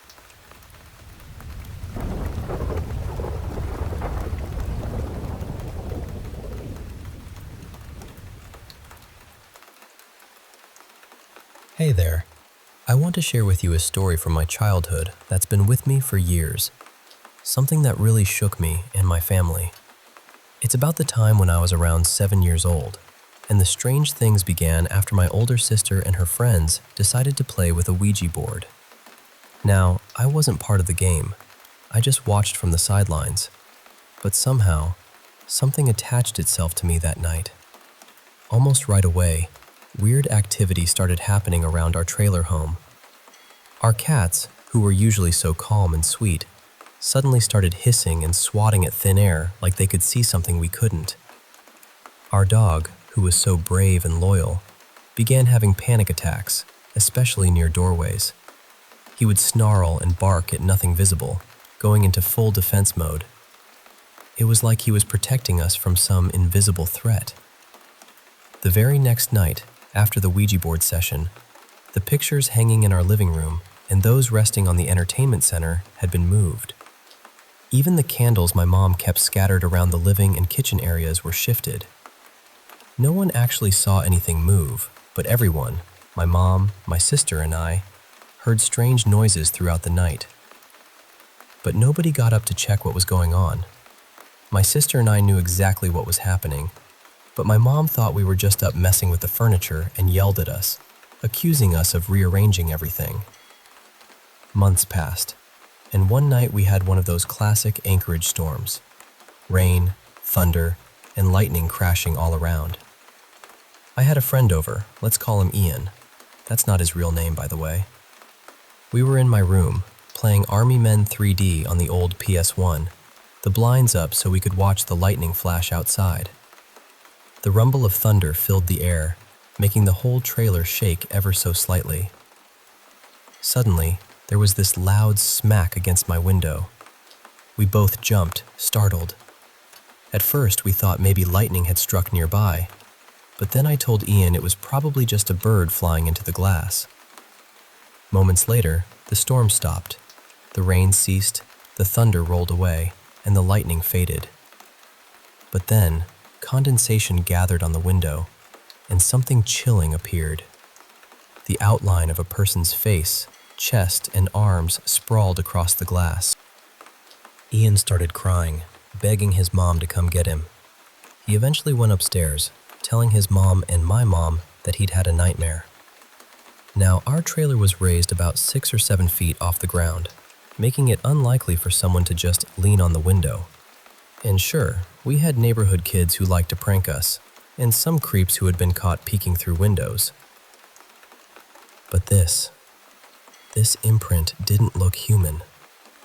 The nose looked torn off, lips partially missing, and the arms seemed unnaturally long, like something out of a nightmare. I never spoke about that until just a couple of years ago. Then there were the headphone incidents. On 3 separate occasions, my sister's Walkman headphones had their cords mysteriously cut. Each time, I wasn't home, and she was either at a friend's or in the shower. At first, my mom and sister thought I was playing a prank on her. But after the 3rd time, I proved to them that neither of us were around when it happened.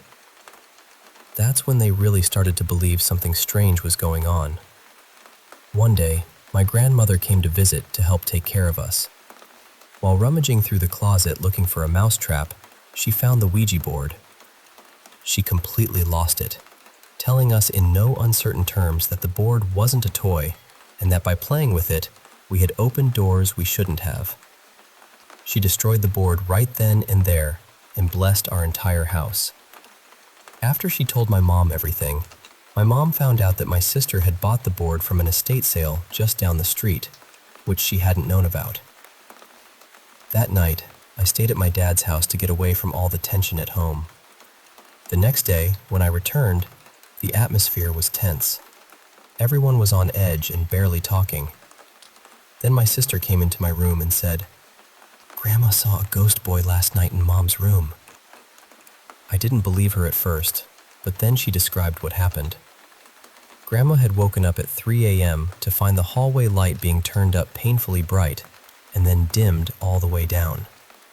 When she tried to get up to put on her slippers, she heard the door creak open wider and thought she saw me there. She called out, but I didn't answer. When she got close enough, she realized it wasn't me, and she screamed. She described the boy as wearing an early 1900s sailor suit, with pale gray skin, dark rings around his eyes and lips, and a haunting grin before vanishing. That night, my mom, grandma, and sister all slept in the same bed. For a while, things calmed down, just the occasional cupboard opening and closing by itself, footsteps in the hallway, and voices calling out our names from other rooms. Then, 3 months later, my mom found out she was going to have another baby. We were all thrilled, but because of money and space, we had to find new homes for our dog and cats. We had a week to shower them with love before they moved to a family with a big yard and acres to roam. One day, I was playing with little Bob, our Jack Russell Terrier.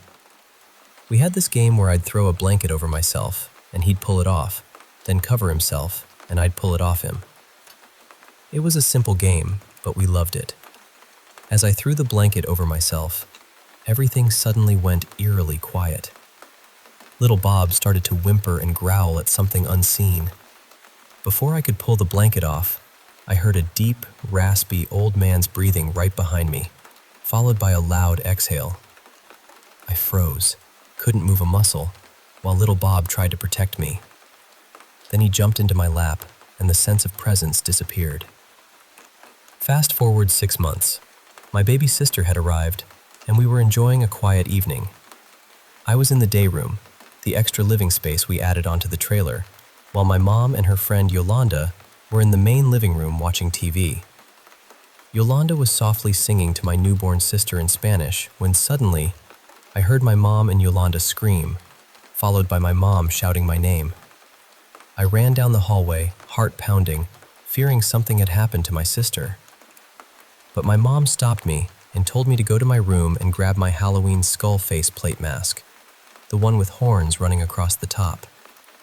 Confused, I fetched it and brought it to her. She snatched it and threw it in the trash. Still puzzled, I asked what was going on. My mom sat me down while Yolanda prayed quietly in Spanish, soothing the baby. Then my mom said, "I saw something crawling down the hallway on all fours. Its limbs looked twisted like they were dislocated, and it was wearing that mask you just gave me. Please tell me that was you trying to scare us." I told her no way, it wasn't me. I started to cry, scared out of my mind. Both my mom and Yolanda saw it, and they also saw me come out of the day room. That night, we all slept together in my mom's room. So, that's the story. My childhood haunted by something beyond understanding. It's left me with a deep respect for the unknown and a reminder that some things are better left alone.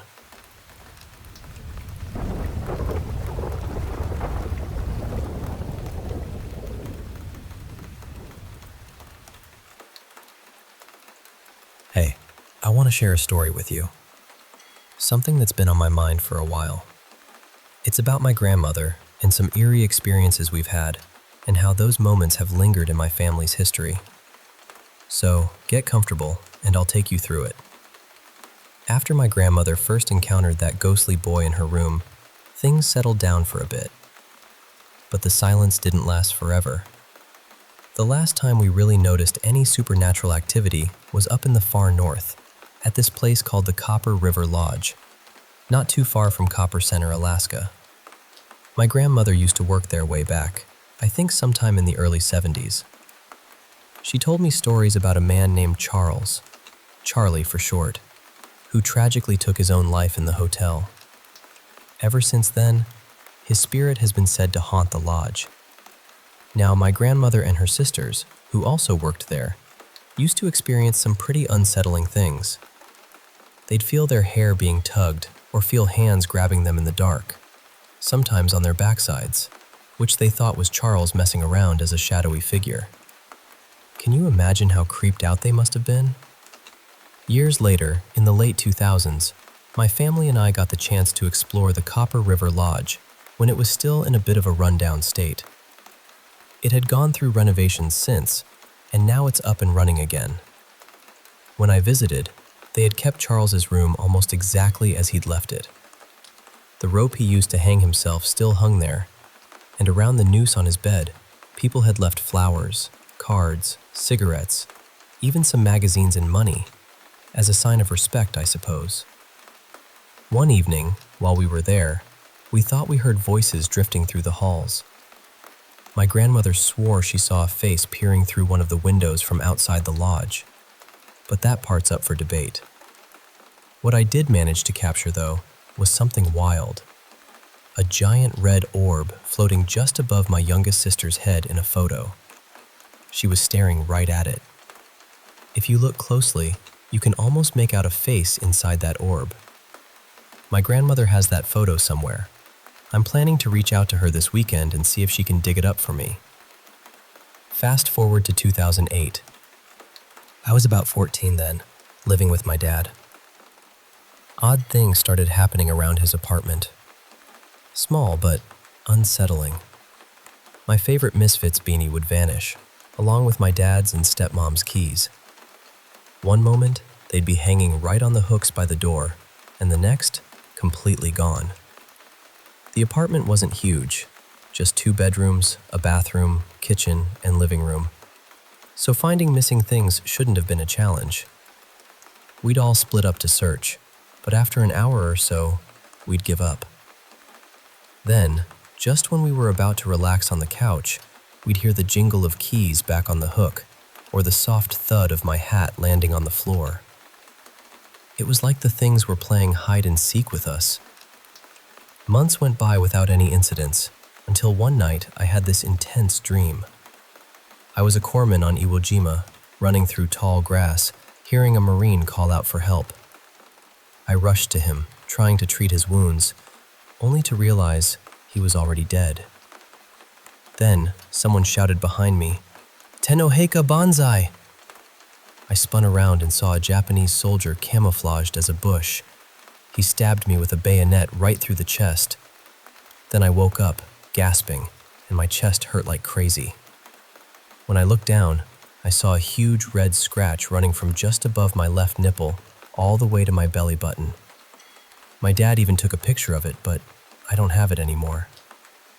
My grandmother and a few family members who have a knack for the supernatural think it might have been a sign from one of my past lives.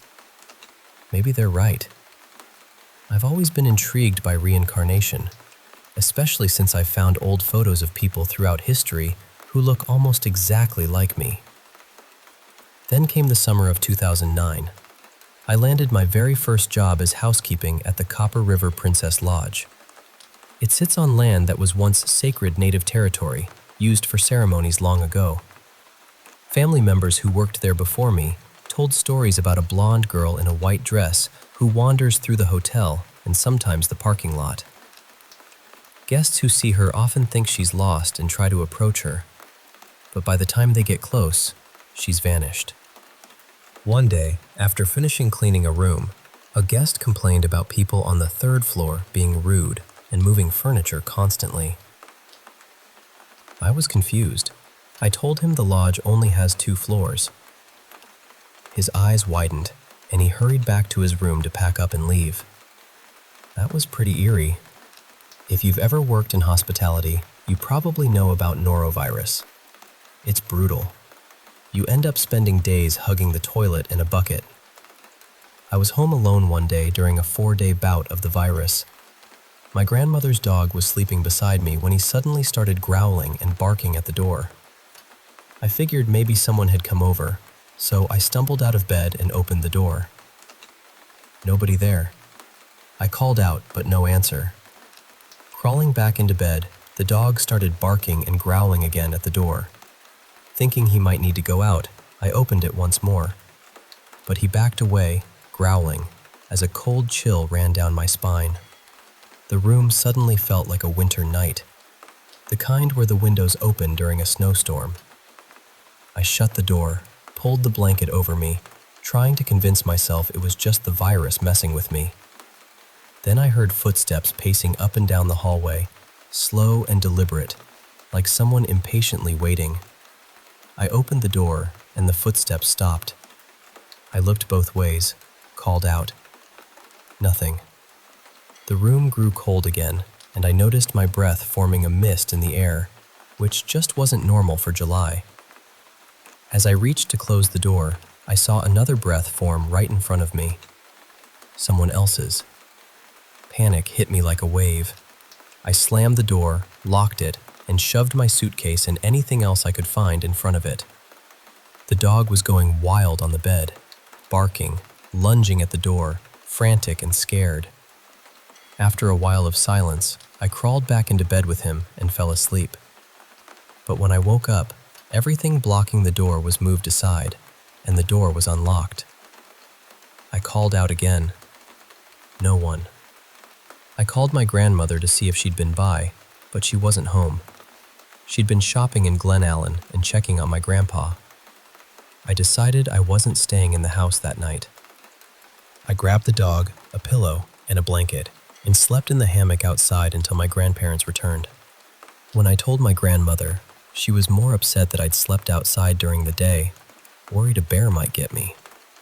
My grandparents believe me, but they've lived in that house since the 1970s and have never experienced anything like what I did. By 2010, my mom had moved out of the trailer park into a nice 2-story house. The first 6 months were quiet. Then, after the birth of my youngest sister, strange things began again. My mom had this water bottle that kept disappearing and reappearing in odd spots around the house. She had my grandmother stay with her and my other younger sister, Julia, sleep on a fold-out bed nearby because of strange noises, disembodied voices, and footsteps echoing through the hallway outside my mom's room. I stayed over for a week to help out and slept in Julia's room across the hall. It was around 3:45 a.m. when I was jolted awake by my grandmother shouting at someone to get out. At first, I thought she was yelling at my mom's boyfriend, but when I rushed in, everyone was huddled on the bed crying. The ghost boy from the trailer, the one in the sailor suit, had returned. My grandmother woke up to find him standing over Julia, then turning and pointing at the newborn baby. She told him firmly, "No, you are not a child. You're a sick, disgusting demon, and you will not harm my grandbabies, my daughter, or me. Leave now before I show you something scary." She shared this with my mom and me privately, so Julia wouldn't be scared. When she said demon, the boy's face twisted into something horrifying, like an old man's face with no nose and half of his lips missing on one side. Then he lunged at my grandmother, who screamed, "Get out! You're not welcome here!" After that, my mom lived in that house for another 4 years.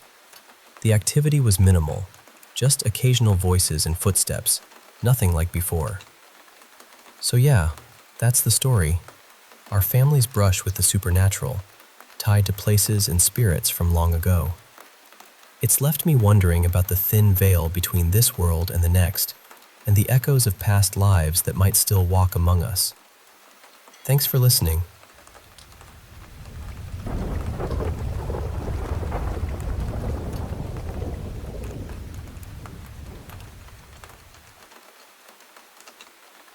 I started working evenings at a small healthcare facility not too long ago, and honestly, I don't know how else to say this.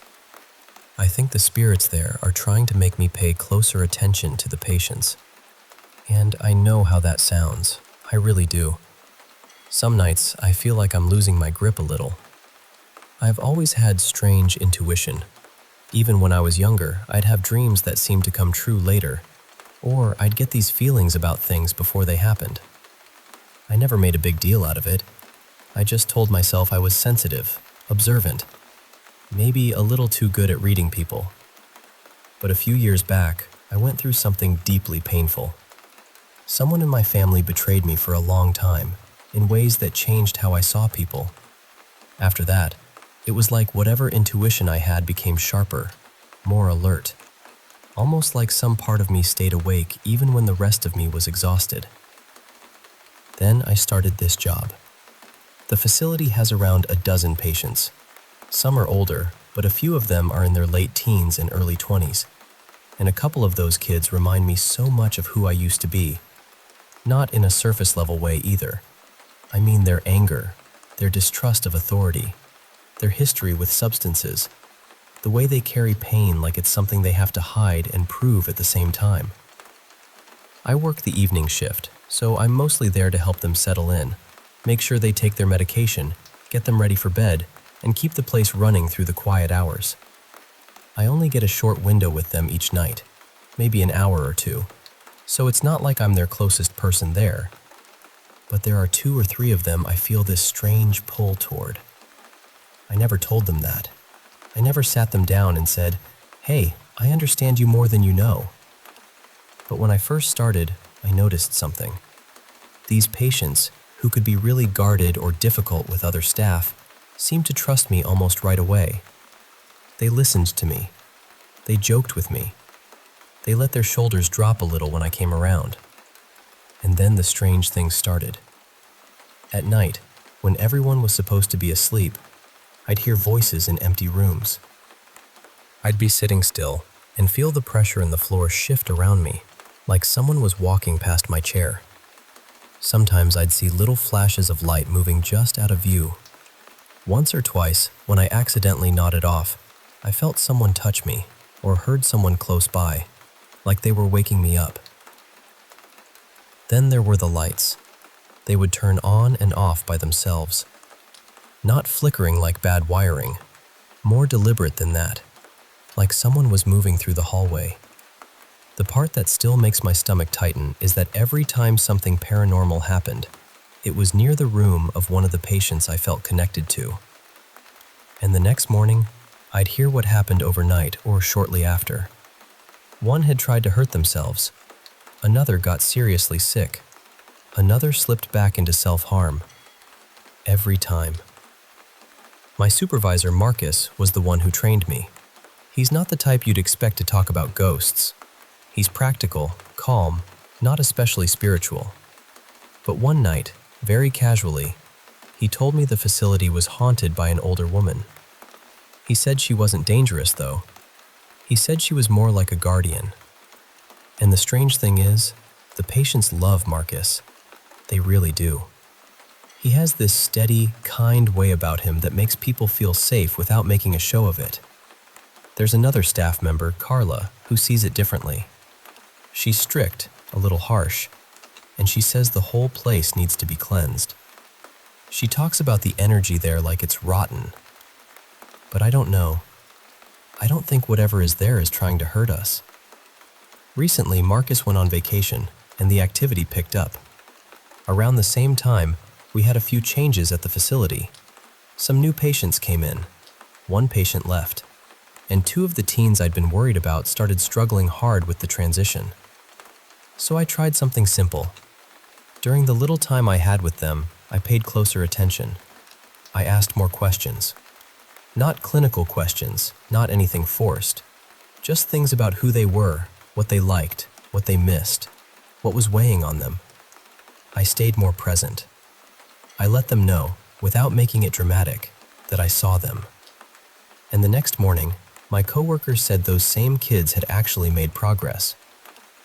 That made me wonder if the strange experiences weren't warnings exactly, but nudges. Like something was saying, go check on that one. Don't let that one disappear inside themselves tonight. One of the newer patients, a quiet kid named Eli, seemed to take to me almost immediately, but he was nervous about it. I could tell he wanted to come closer, maybe talk more, but something in him kept holding back. Then one night, I saw movement out of the corner of my eye. It went down the hall in a very specific direction, quick enough that I thought one of the patients was out of bed. So I followed it around the corner. We have overhead sensor lights in the hallway. The light outside Eli's room came on, but no one was standing there. It stayed on for about 10 seconds, maybe longer, just glowing there outside his door, impossible and quiet. Then it shut off. The next morning, I braced myself for bad news, but nothing terrible had happened to Eli. Later that day, I had to come back to the facility to drop something off. When I walked in, I saw Eli with one of the other teens. They spotted me and stopped me before I could leave. They were smiling. One of them laughed and said, "There's our big brother." They were joking, but something about it landed right in my chest. Because maybe that light outside Eli's door wasn't warning me that something awful was coming. Maybe it was showing me where I was needed. And for the first time since all of this started, I didn't feel crazy. I felt like someone, somewhere, was helping me watch over them.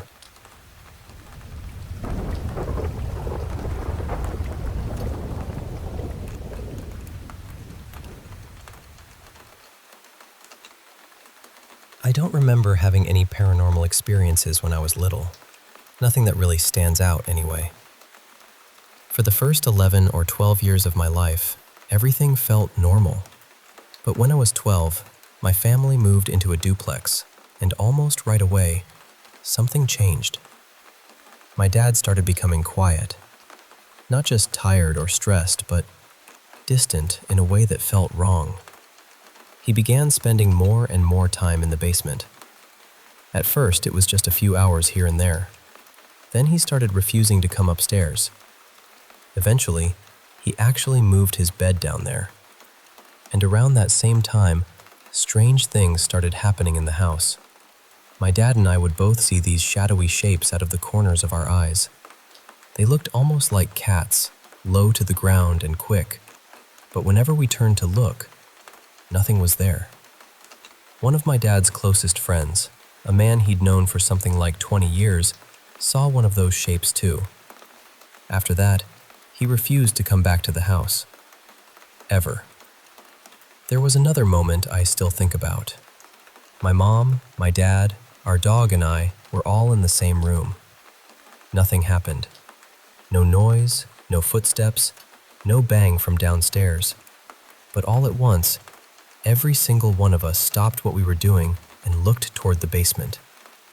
It was like something had pulled our attention there. This heavy, awful dread came over me. Our dog started shaking. My mom looked frightened, and my dad just had this empty, blank look on his face. We all reacted at the exact same second, but there was nothing there to react to. Within a couple of months, my dad was hospitalized, and he had tried to take his own life. My mom and I left that duplex within the year. For most of the time we were still there, I slept in her room because I never felt safe. Not once. After we moved, nothing strange happened for almost 20 years. By then, I was married. I had stepkids, and when COVID started, we moved in with my mom for safety reasons and to make homeschooling easier. We had already lived in that house for years without any problems. It felt like a normal family home. Then, a few months into COVID, I started hearing scratching on my closet door. At first, I ignored it. I told myself houses make noises. Wood settles. Closets creak. There's always some normal explanation, right? But then, a few months later, something started hitting my mattress from underneath. And I don't mean a little bump. I mean it felt like someone punched the underside of the bed. Hard. One night, my husband actually saw me jump out of bed because the impact startled me so badly. It felt physical. It felt real. And after that, it just kept happening. Every night there was scratching at the closet door and punching from under the mattress. Every single night. I started questioning myself. I wondered if I was losing it. But the bed had drawers built into the bottom, so there was no open space under there. Nothing could crawl underneath. There was no room for a person, an animal, anything. Just drawers. Then, during a random conversation, I found out my mom had taken in some belongings from her boyfriend's aunt, who had recently passed away. And the timing lined up perfectly. All the activity had started after those things came into the house. One of the items was a doll that my mom had given to my stepdaughter, and this doll made everyone uncomfortable. Not just me. Everyone. Apparently, even the aunt had found it creepy when she was alive. At that point, I was desperate. I knew I wasn't imagining it. I knew I wasn't having some kind of breakdown. So my friend Lena, who has always been open-minded about this kind of thing, came over and helped me burn the doll in a fire pit. We used gasoline.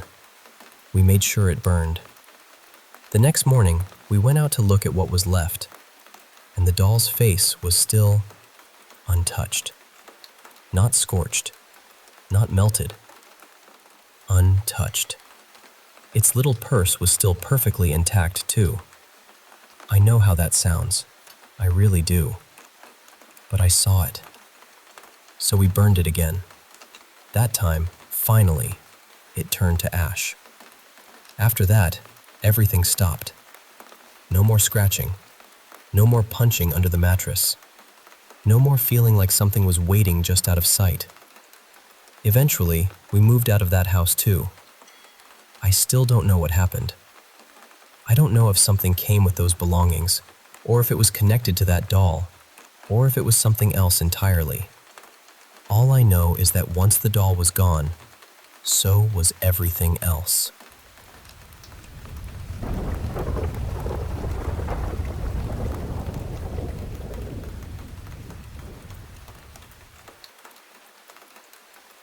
I spent one summer in Berehova, Ukraine, staying with my grandpa at the apartment of an older woman he knew.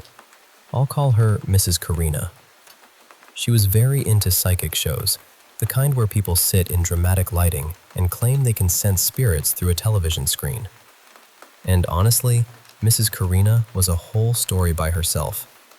She believed a lot of strange things, a lot of TV nonsense, a lot of conspiracy-flavored soup. But that would take all day, and I guess every proper creepy story needs at least one eccentric grandmotherly figure somewhere in the background. The apartment itself was old, Soviet era, cramped, cluttered, messy. There were cockroaches. There were stacks of things everywhere. But at first, it didn't feel scary, just old and uncomfortable. The first strange thing happened while I was sitting on the bed reading. There was a little bedside lamp near me, and while I was reading, it started flickering on and off. I saw it out of the corner of my eye, and I could see the light falling across the pages of my book. But every single time I looked directly at the lamp, it turned off. I'm pretty skeptical by nature, so at first I tried to ignore it. But it kept happening, over and over. And something about it just crawled under my skin. I didn't scream or panic. I just got this cold shiver, closed my book, and walked out of the room very quickly without looking at the lamp or acknowledging it. Later, after I calmed down, I went back in. The lamp was off. I moved the bedside table away from the wall to check the cables, thinking maybe there was a short circuit or something. I don't know anything about electricity, so I was just guessing. And then I realized the lamp wasn't even plugged in. I told my dad about it later, and he said, "Next time, thank the ghost." His theory was that maybe it saw me reading and was trying to help by turning the light on. Like a little child or a curious animal thinking, human looks at book, human uses light, I will do light. He told me that, from stories he had read, some house spirits act almost like little kids or clever birds. Curious, cautious, maybe a bit annoying, but not necessarily dangerous. He said the most important thing was not to be afraid. Whether that was actually true in this case, I still don't know. At some point, Mrs. Karina told me there had once been something called a barabashka in the apartment. From what I understand, it's sort of like a poltergeist or a house spirit. She said it used to stand, or maybe hover, over her at night while she was in bed, just hanging there above her. She said it disappeared after she called a priest to bless the apartment with holy water. But after what happened next, I'm not sure it really left. One night, I was in bed. I don't remember if I was falling asleep or if I had woken up in the middle of the night, but suddenly I heard something breathing over me. Not near me, over me. Just standing there, breathing. I had the blanket over my head and I was too scared to move. I lay there completely still, listening. I don't know how long it lasted. It felt like several minutes, but fear stretches time into rubber. Part of me thought, maybe it's my grandpa. Maybe he got up to check on me. But the breathing didn't sound like him. It didn't sound male or female, really. It was raspy, but too high to be my grandpa's voice. And the strange thing is, even while I was terrified, I was trying to reason with myself. I remember thinking, even if it is a ghost, what is it going to do? Breathe harder? Punch me? But I still couldn't lift the blanket. Eventually, the breathing faded and stopped. Very quietly, I called out to my grandpa, whose bed was across the room. I asked, "Was that you standing over me?" He woke up, confused, and mumbled something like, "Huh? What? Yeah, sure," then went right back to sleep. And at the time, I let myself believe it. I thought, okay, fine, it was him. But in the morning, I started thinking about it again. I didn't hear him walk back to his bed. He had clearly been asleep when I called him. And even if it had been him, what kind of person gets up in the middle of the night, stands over someone for several minutes, breathes loudly, and then silently goes back to bed? That is not normal grandpa behavior. After that, there were other things. Every time I stayed in that apartment, I got sick in some strange way. Headaches, nausea, fever, that awful feeling of being unwell without knowing exactly why. Each time we explained it away. Too much sun. Maybe food poisoning. Maybe something else. I didn't notice the pattern until years later. The last time I visited, I got my period there, and it was the most excruciating one I had ever had. I don't usually have unbearable cramps. Painkillers normally help me pretty quickly, but this time, I was in agony. I couldn't find any position that made it better. I was actually moaning from the pain. Mrs. Karina basically told me to suck it up because I was a girl, and said it would only get worse as I got older. Which, by the way, it did not. I have never had a period that painful again after leaving that apartment. So whatever was in that place, I don't know if it was dangerous, but it did not feel good for my health. Around that same visit, I had a fever for a day or two. One morning, both my grandpa and Mrs. Karina were out, so I was alone in the apartment. I spent most of the time in the living room reading. Then I went into the tiny kitchen to make tea. While I was pouring it, I felt someone behind me. I honestly thought it was Mrs. Karina coming home.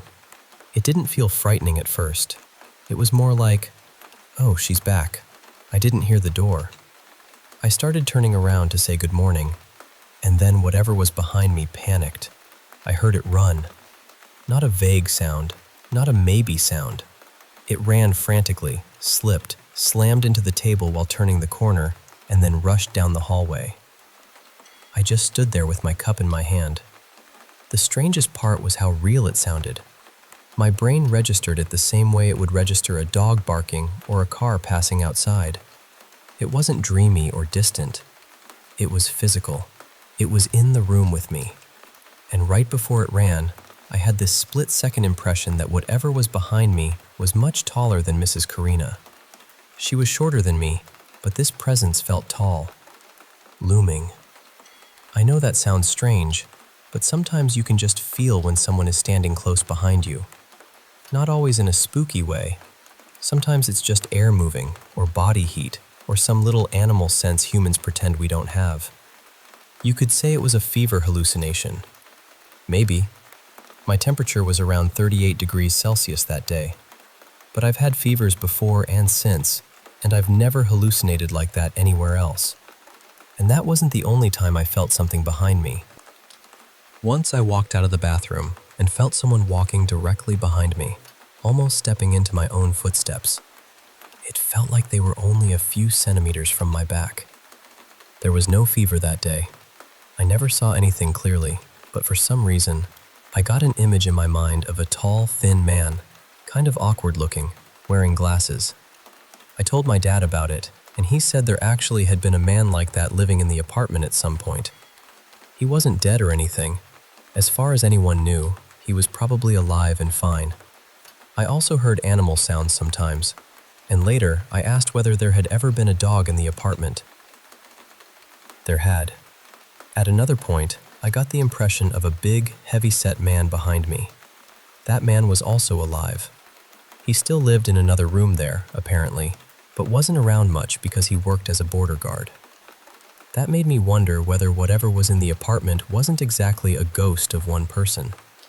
Maybe it copied people. Maybe it copied animals too.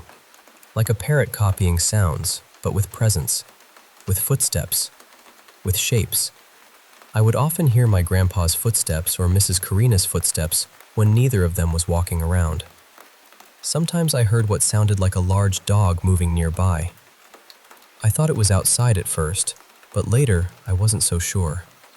I can recognize people by their steps.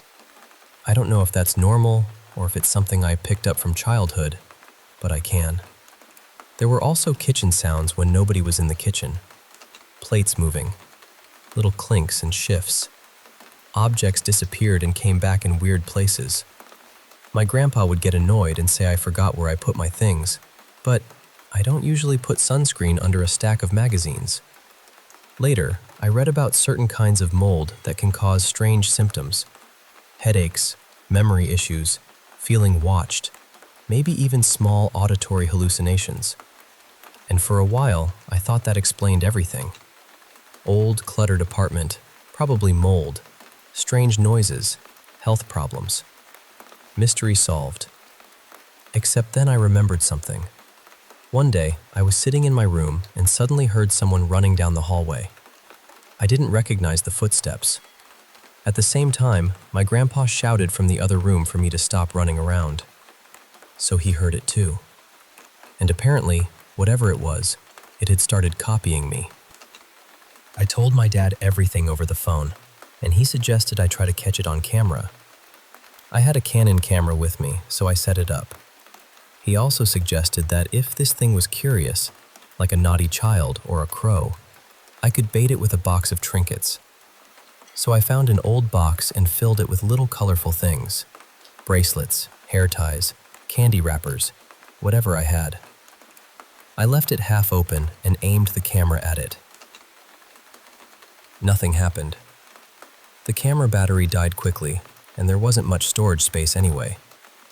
All I caught was a huge fly crawling around.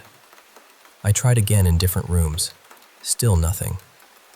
The closest thing that happened was a shiny spoon disappearing after I left the kitchen to grab my camera because I'd heard noises in there. But honestly, that could have just been Mrs. Karina moving things around.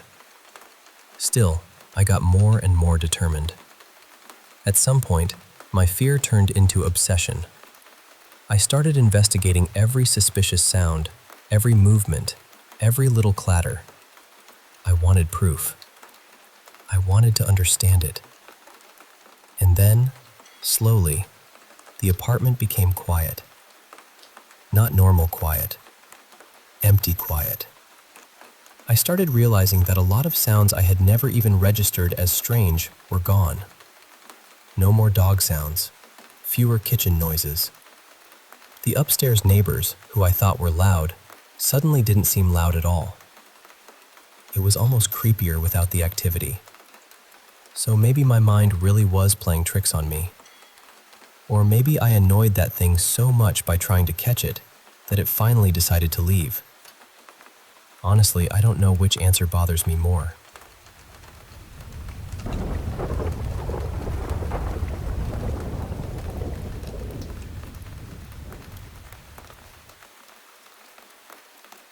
When I was about 7, my parents separated, and not long after that, my stepmom came into our lives.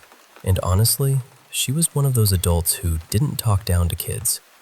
She treated my brother and me like we had our own thoughts, our own instincts, and I think we respected her so much because of that. She had this calm, open way of looking at the world. She believed in energy, karma, spiritual connections, things my mom never really talked about because she was very Catholic. At my dad's house, though, it was different. If something strange happened, we'd just laugh and say, "Well, I guess our little house ghost is busy again." And strange things did happen. We had this old stereo that would turn on by itself late at night. Things would show up in places nobody remembered putting them. After we moved to a different house in another town, I'd sometimes hear music coming from the garage, even when no one was out there. Other times, it sounded like someone was shifting boxes around in the dark. One day, we heard a loud crash from the pantry. When we opened the door, there was a can of soup on the floor. The weird part was that it had been pushed all the way to the back of the shelf. It shouldn't have fallen. Not by accident. My stepmom never seemed scared. She'd tell us about odd things happening when my brother and I were at our mom's, but she always sounded peaceful about it. She had lost her own mother young, and part of me wondered if she believed it was her mom still nearby. She never said that, but it made sense to me. Maybe that's why she never seemed bothered. A few years later, when I was in middle school, we went to stay at her aunt's house for her grandmother's funeral. Her family was warm and fun, the kind of people who could make a heavy weekend feel lighter. She had 2 cousins around our age, so my brother and I got along with them right away. That side of the family had the same kind of spiritual curiosity. At some point, someone brought up using a Ouija board. Back then, I thought it was just a spooky game kids played to scare each other. Nothing serious. That night, we had fun with it. We laughed, asked dumb questions, and didn't think much of it. The next morning, while the adults were drinking coffee, us kids pulled the board out again. My brother and I didn't want to leave yet, so we started asking it to make us stay. We actually asked it to give us a flat tire. Right before we were supposed to leave, it started snowing. My brother and I thought, "Perfect, we're definitely staying now." But my stepmom said we needed to leave before the roads got worse. Then we walked out to the car. Flat tire. Everyone brushed it off as a coincidence. They aired it up and we left anyway. But about 40 minutes down the highway, that same tire blew out completely. That was the moment I decided Ouija boards were not something I wanted anything to do with. My brother, though, became even more interested. I told him I didn't like it. I tried to convince him to stop messing with them. A few years after that, my dad and stepmom moved back to our original town, into a bigger, older house. My brother and I were splitting time between both parents by then, so we stayed at my dad's every other week. And in that house, I always felt like someone else was there. There was a loft upstairs that overlooked part of the downstairs. It was open, quiet, and for some reason, that was where I felt it the most. When I was upstairs, it felt like something was lingering nearby. When I was downstairs, it felt like something was watching from above. At night, I'd hear what sounded like footsteps going up the stairs, then moving through the hallway between my room and my brother's room. I asked him once if he heard it too, and he said yes. I tried to tell myself it was just an old house. Old wood creaks. Pipes settle. Wind does strange things. But this sounded different. It moved like someone walking slowly through the hall, almost like they were checking on us. One day, I caught my brother and some cousins using a homemade Ouija board in his room. It wasn't even a real one. They had drawn it out themselves, and for some reason, that bothered me even more. Like he had gone out of his way to invite something in. I got angry and made them stop. The next day, I burned the board on the porch. After that, the feeling upstairs changed. It became heavier, less curious, more uncomfortable. My brother started spending more and more time alone in his room with the lights off. I'd go in and ask him why he was living like a cave creature, and he'd just say he didn't like the light fixture. Maybe it was puberty. Maybe it was normal teenage moodiness. But I hated being in that room. It felt like the space was swallowing him.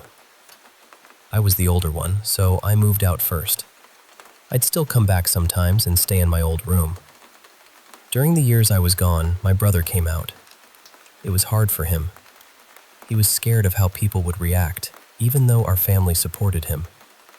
I actually found out from a few mutual friends before he told me himself, but I waited. I wanted him to be ready. I wanted him to know I loved him, and that nothing about him had changed for me. When he finally told me, I remember feeling like something lifted off him, like he had been carrying this enormous weight in silence for years. And for a while, I thought maybe that darkness I sensed around him had been his fear, his stress, all that pain trapped in one room. Soon after, he moved into my old bedroom, so whenever I visited, I stayed in his old room instead. One weekend, my girlfriend and I came back to town. Nobody was at my dad's house, so we decided to stay there and have the place to ourselves. We slept in my brother's old room. It was almost completely empty, just a mattress and box spring on the floor. No furniture, no clutter, nothing. We lay down and started drifting off.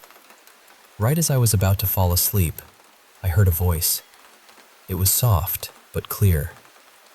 A loud whisper from across the room. "Come on." I opened my eyes immediately, trying to figure out if I had dreamed it. I stayed still, listening. Then my girlfriend sat straight up and turned on the light. She looked shaken and said someone had whispered from the closet. That's when my blood went cold, because I had heard it too, from the same corner of the room. I grabbed my pistol and checked the closet. Nothing. I searched the whole house. No one was there, just us. We sat in bed afterward, trying to explain it away. Maybe it came from outside. Maybe sound carried weirdly. Maybe one of us had been half asleep. But neither of us believed that. The voice had been inside the room. It had come from the corner near the closet. And it didn't sound angry. It didn't sound like an order. It sounded like an invitation. Come on. Like something was leaving and wanted us to follow. I've never had anything like that happen at my mom's house. Not once. And aside from one other experience in a place already known for strange activity, everything like this has always seemed tied to my dad's side of life. Those houses, those rooms, that upstairs hallway. So I still wonder about it. Were all those things connected? Was something following us? And that night, when it whispered from the closet, where exactly did it want us to go?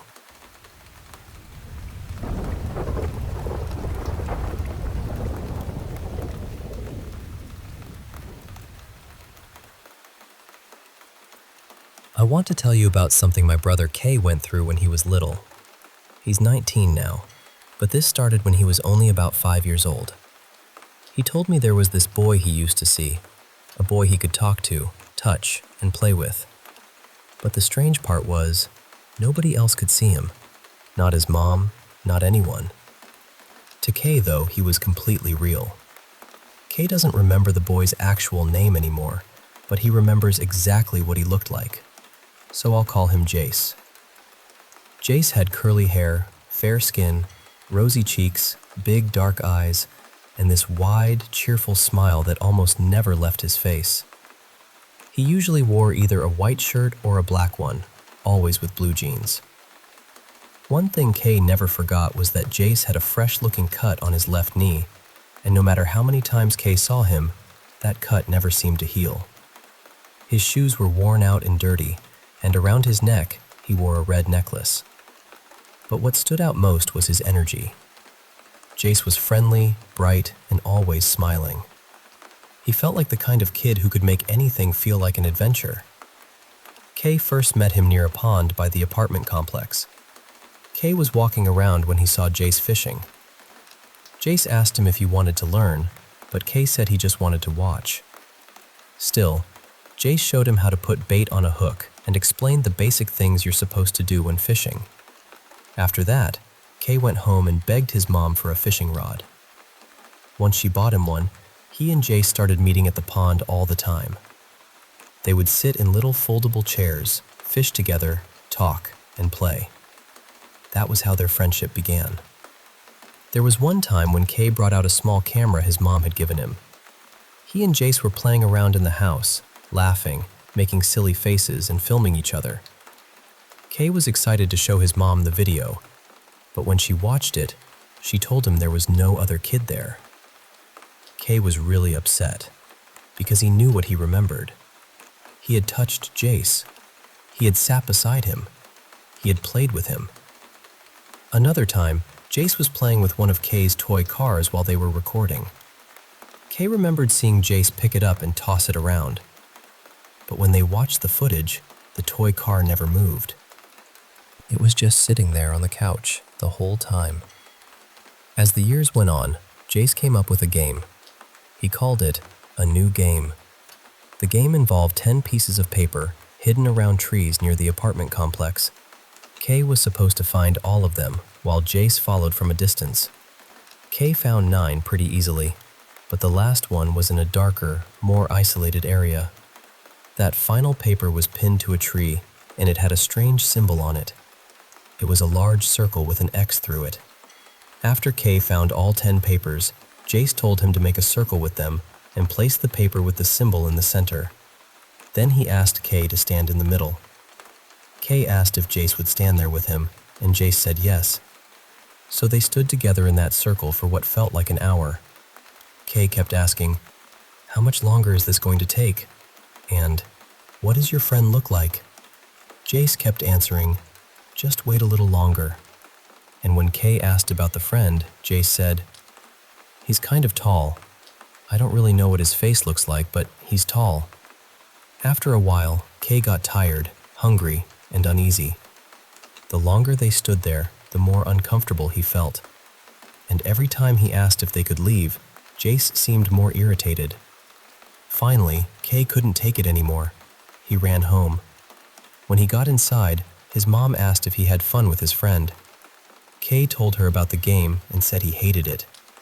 His mom tried to calm him down and said maybe his friend had only been trying to scare him. A little while later, there was a knock at the door.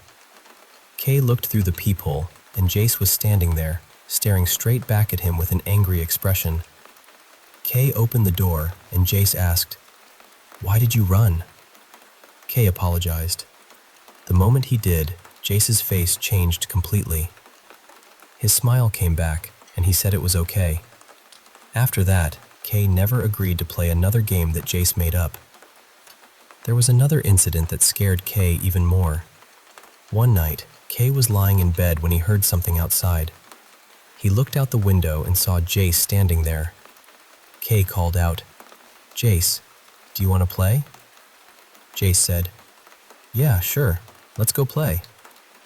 Kay told him he needed to change first, but Jace said there wasn't time and that they had to go right away. Kay said, "Okay, I'll meet you by the stairs." But Jace stopped him and said, "Why don't you just jump out the window?" Kay's room was on the second floor. He knew it was too high, but for some reason, he still started to climb out. Just as he was about to jump, his mom walked in and grabbed him in time. She was angry and terrified, asking him what he thought he was doing. Kay told her, "My friend told me to do it." His mom looked outside and told him there was nobody there. Kay told Jace he couldn't play that night. Jace just said, "It's okay. I'll see you tomorrow." Then, the day before Kay's 7th birthday, he and Jace met at their usual place by the pond. Out of nowhere, Jace got down on one knee and asked, "Will you still be my friend tomorrow?" Kay said, "Of course I will." Then Jace asked, "What about the day after tomorrow? Next week? Next month? Next year? What about 10 years from now?" Kay told him, "Yes, of course. I'll never forget you." Then Kay asked, "Will you remember me too?" Jace said, "Yes, I will." After that, they played together like they always did. When it was time to go home, Jace walked Kay back. Before Kay went inside, Jace asked, "Do you remember our promise?" Kay said, "Yes, of course I do." Jace asked, "Pinky promise?" Kay said, "Pinky promise." Then Jace gave him a big hug. Kay went up near the patio stairs and waved goodbye. Usually, Kay would go down those stairs, but Jace never did. He would always stay at a distance and watch him leave.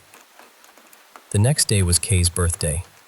He looked everywhere for Jace because he wanted to invite him to the party. He checked the pond, the trees, the places they used to play, every spot he could think of. But Jace was gone. Kay went home crying. His mom asked, "Why are you crying? It's your birthday." And Kay said, "I couldn't find my friend." His mom tried to comfort him, and after a while, Kay let it go. But he didn't know then that the day before his birthday had been the last time he would ever see Jace. Days passed, then months, then years, and Jace never came back.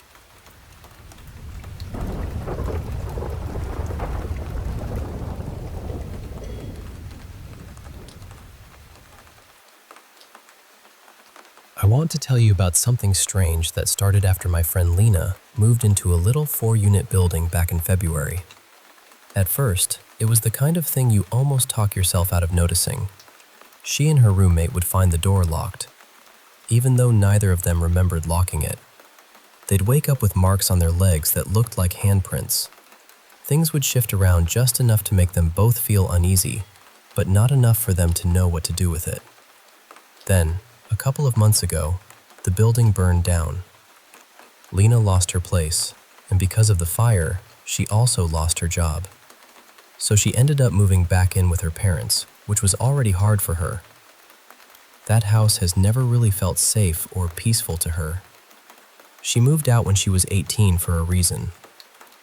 But the strangest part is that whatever had been happening at the apartment didn't seem to stay there. It didn't follow her roommate. It followed Lena. Once she was back at her parents' house, the activity picked up again. Doors started slamming. Lights and electronics would turn on and off by themselves. There were footsteps when nobody was walking around. And the locking thing came back too, only stronger. Her mom has experienced it as well. A lot, actually. Rooms will be locked when nobody remembers locking them. Things will be moved inside those locked rooms. One time, a blanket was pulled completely off a freshly made bed in a bedroom that had been locked from the inside, with nobody in there. I know some of this could sound like sleep deprivation, because Lena really hasn't been sleeping well since everything happened. But the problem is, these things started before the lack of sleep got bad. And it's not only her seeing it. Her mom has noticed it too, and there have been other witnesses besides them. They do have 3 dogs, so I tried to think through that explanation too. But one dog is usually gone with her dad during the day, one is older and barely wants to move, and the smallest one just isn't capable of making the kind of heavy footsteps they've heard or moving things the way they've been moved. The house itself is tense. There's a lot of negativity there, and Lena is on edge most of the time. But she never experienced anything like this before she moved out. Now she's back, and it feels like something came with her.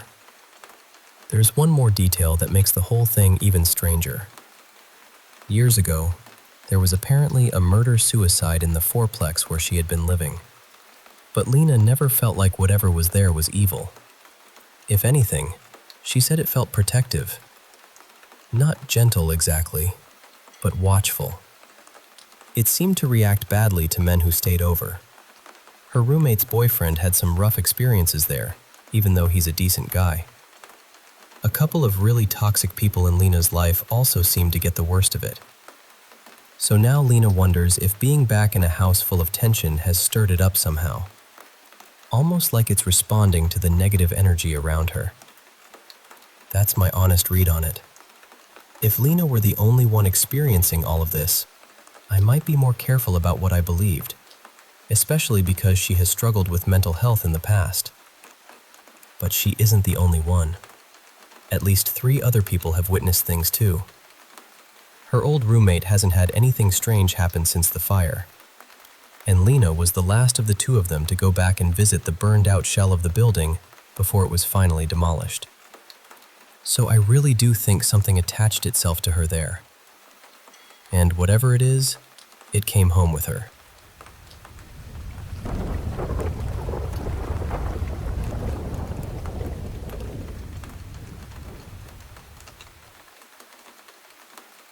I need to start this by saying I'm not here to excuse what I did. Back in 2021, I made a choice that damaged the person I loved, my family, and honestly, myself. I stepped outside of my relationship, and I have carried the weight of that ever since. At the time, my life felt like it was closing in on me from every direction. We were a family of 4 squeezed into a tiny 1-bedroom apartment, trying to save enough money to buy a house because renting had become impossible. I was stressed about work, money, the home buying process, and deep down, I was insecure in my relationship. But instead of talking about any of it, I swallowed it. I acted fine. I kept everything bottled up because that's what I thought I was supposed to do. Then one day, I got a message on social media from a woman I vaguely remembered from school. She was a little older than me, someone I knew of more than actually knew. I had a small crush on her when I was younger, nothing serious, just one of those distant school hallway things. She didn't remember me at all. She asked if I was single, and I told her I was in a relationship, a good one, and that anything between us would have to stay friendly. At first, that was exactly what it was. We talked about school, where life had taken us, old memories, random everyday things. Slowly, those conversations became comfortable. Too comfortable. One night, I opened up to her about everything I had been carrying. The stress, the fear, the pressure, my mental health. She listened in a way that made me feel seen, or at least, that's what I told myself at the time. She offered to do a palm reading and tarot reading for me. I didn't believe in any of that, so I kind of laughed it off. But after more conversations, I started getting curious about what it would be like to meet her in person. So we met.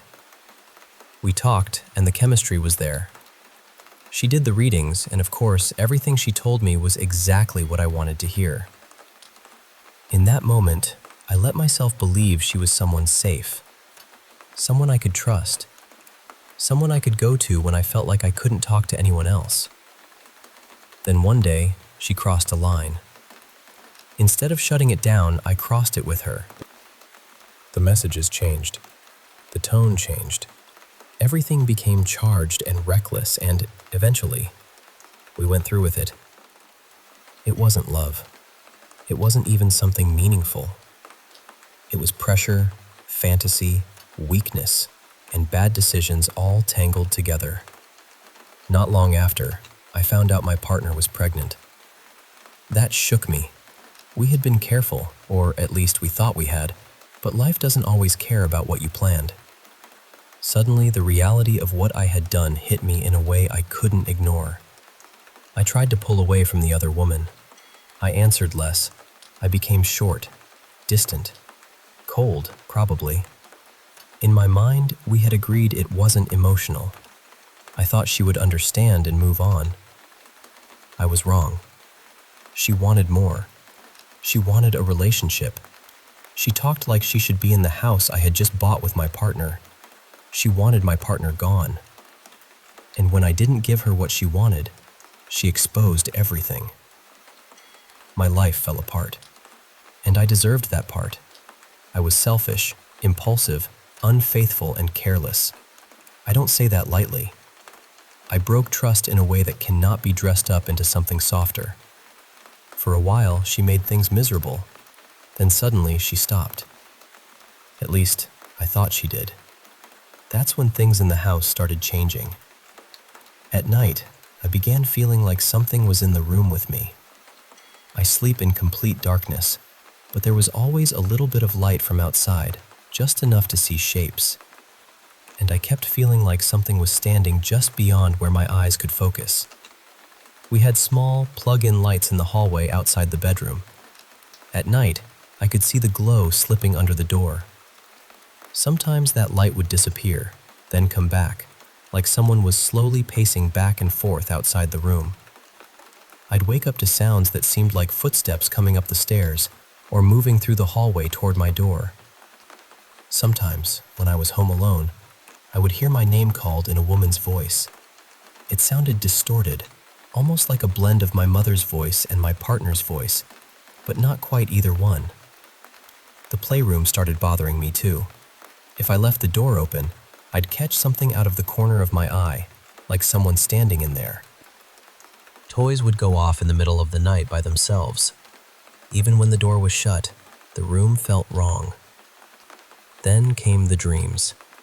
The same heavy, dark dreams kept repeating, and I started waking up feeling like I hadn't really slept. One night, my partner and I tried sleeping in the same bed again after being apart for a while. In the middle of the night, there was a violent bang against our bedroom window. We both woke up immediately. Our room was on the second floor, so I jumped out of bed and looked outside. Nobody was there. No cars, no people. The cameras didn't catch movement, not the doorbell camera, not the other cameras around the house. But the window was shattered. I went outside with a flashlight and searched everywhere. There was nothing on the ground. No rock, no branch, no fur, no feathers, nothing to suggest a bird or bat hit it.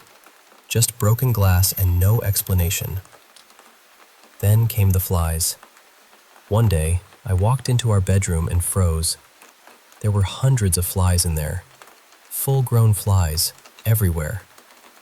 My 2-year-old was asleep on the bed, and they were crawling all over her. I panicked. I swatted them off her, grabbed her, and ran downstairs. I accused my partner of leaving the windows open, but she pointed out that the air conditioning was running and said she never would have opened the windows with it on. She thought I was exaggerating until she saw the room herself. She screamed and slammed the door. We had 6 bedrooms in that house, and the flies were only in ours. Not one in the hallway, not one downstairs, not one in the other rooms.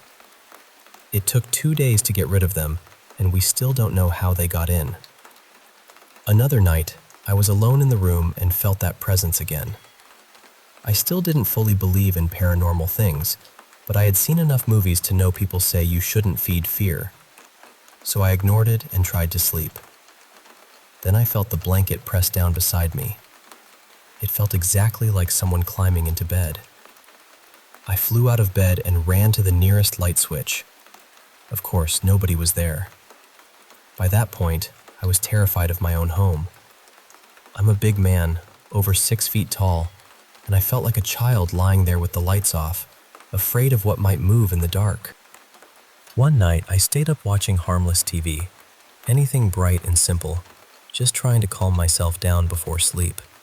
As I was drifting off, I heard a faint buzzing, like an insect near my head. Then I felt something rush into my ear. There was no pain, but the sensation sent me into a panic. I ran to the bathroom and looked in the mirror, and for a moment, I didn't feel like the person staring back at me was really me. Then I heard it. A rhythmic scratching sound inside my ear, like something was digging deeper. I lost control. I poured water in my ear, oil, rubbing alcohol. I tried anything I could think of. I even dug at my ear until it bled. I don't remember exactly when the sound stopped, only that eventually, somehow, it did. After that, I went to my mother's house and asked if I could stay there. She was confused because we had just bought a home, but she let me in. When she asked what was going on, I told her everything. My family is deeply religious, and they're connected to several churches in the area, so my childhood pastor came to the house to bless it. He spent extra time in my bedroom. Before he left, he gave me a Bible from his personal collection. He highlighted a verse and told me to read it out loud every night before walking into my room. After that visit, the house felt lighter. For 2 nights, I slept peacefully. I honestly thought I had gotten my mind back. Then, on the 3rd night, the presence returned. But this time, something in me changed. I wasn't just scared anymore. I was angry. I sat up in bed, stared into the darkest corner of the room, and recited the verse out loud. I said it firmly, like I was speaking directly to whatever had been standing there. Then I laid back down and fell asleep. The next morning, I woke up feeling rested in a way I hadn't felt in months. But what confused me was this. I couldn't remember the verse at all, not one line of it. Somehow, I had spoken it perfectly the night before, but in the morning, it was gone from my mind. So that's my story. I believe the woman I had the affair with sent something after me. She was the only person in my life who was involved with occult practices, and everything began after things ended badly between us. I know what I did was wrong. I know I created the opening for a lot of pain. But what happened in that house felt bigger than guilt. It felt like something had followed me home.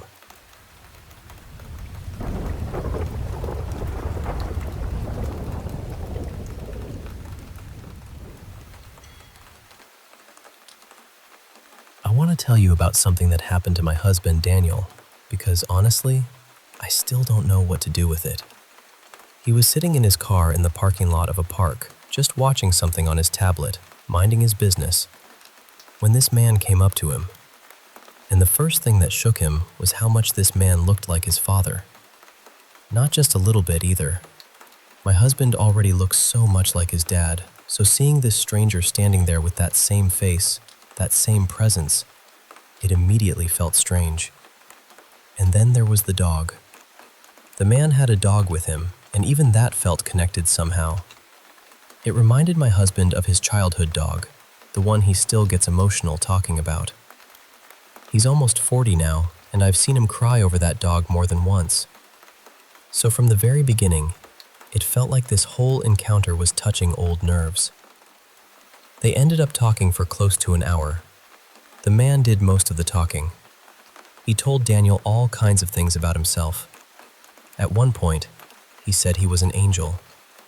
Then he said he was about to turn 300 years old. My husband asked him where he was from, and the man just kept saying, "I'm from here." That was it. Not a city, not a state, just, "I'm from here." And the longer he talked, the more unsettling it became, because so many little things lined up with my husband's life. There's this one animal my husband has always loved. I never really paid attention to it before I met him, but he's always sending me videos of it. Not just the animal in general either, but one very specific breed. And without Daniel bringing it up at all, this man suddenly said that same animal was his favorite. Then he named the exact same breed my husband is always showing me. When my husband told me that part, I got chills all the way up my back. Not cute little goosebumps either. The kind that feel like your body knows something before your brain can explain it. Then the conversation turned darker. The man started talking about what it feels like to get hit by a car.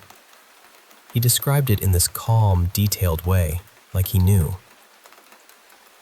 He told Daniel what he would need to do in that moment, how he would need to act, how it would feel when death came near. He said the cold would start in his feet first, and then slowly rise through his body. He told him that in the end, the only thing that would matter was that final moment of consciousness. He said in that last moment, you only hear the voices of the people who loved you the most. Usually, he said, it's your parents. Then he looked at my husband and asked him how things were with his parents. And that hit hard. Daniel hasn't really spoken to his parents, or most of his family, in about 3 years. There was a falling out, and it changed everything. What makes this even stranger is that my husband has always been fixated on that exact thing, the final moment before death. He has talked to me so many times about wondering what it will feel like, whether he'll be scared, whether it will be embarrassing, whether he'll die in some ridiculous way. It's something he has carried around quietly for years. And this stranger somehow walked right into that fear. He told Daniel it wouldn't matter how carefully he drove, how slowly he went, or whether he looked both ways. He said that when a car hits you from behind, it feels like the weight of an airplane dropping onto you. But then he also said there could be another ending. He told my husband that if he wanted to make it to 42, which he said was an age where everything shifts, then he had to keep taking care of his body. He told him to keep going to the gym, to stay strong, to keep his body ready. He also brought up traveling through a particular state, one my husband has always felt connected to. It's a place Daniel has talked about moving to more than once. Again, it came up with no prompting. And here's the thing. My husband grew up in a rough neighborhood. He's been around criminals, unstable people, dangerous people, people whose energy you can feel from across the street. He knows how to read that. He can usually sense when someone is off. But he told me this man didn't feel mentally ill, not unstable, not threatening, not lost, just strange. At the end of the conversation, the man looked straight into Daniel's eyes and smiled. Then, for just a brief second, he opened his mouth and showed him his tongue. That was the moment my husband knew he had to leave. He told the man he needed to go, got in his car, and drove away. Then he called me crying, and the way he said it, I could hear that some part of him already believed it. He felt like he had met a version of himself, like something or someone had come to warn him, or remind him, or shake him awake. My husband had paranormal experiences when he was younger, but nothing like this as an adult. Nothing since we've been together. And now he is shaken in a way I have never seen before. It happened in broad daylight, in a parking lot, while he was just sitting in his car. And I keep replaying the details, trying to make them ordinary. But they don't feel ordinary.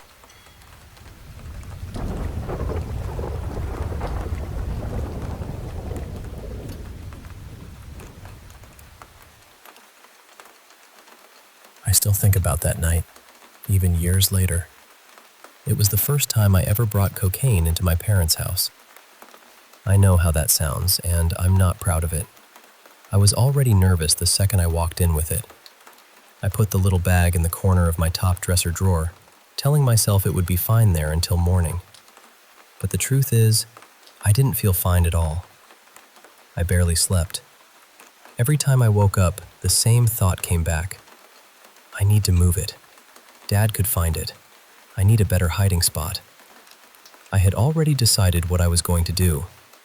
First thing in the morning, I was going to move it into a box where I knew nobody would look. I remember lying there, picturing exactly where I had put it, exactly where I was going to move it, just trying to calm myself down enough to sleep. And I know this part is hard for people to believe, but I am absolutely sure I did not get out of bed that night. I'm a light sleeper.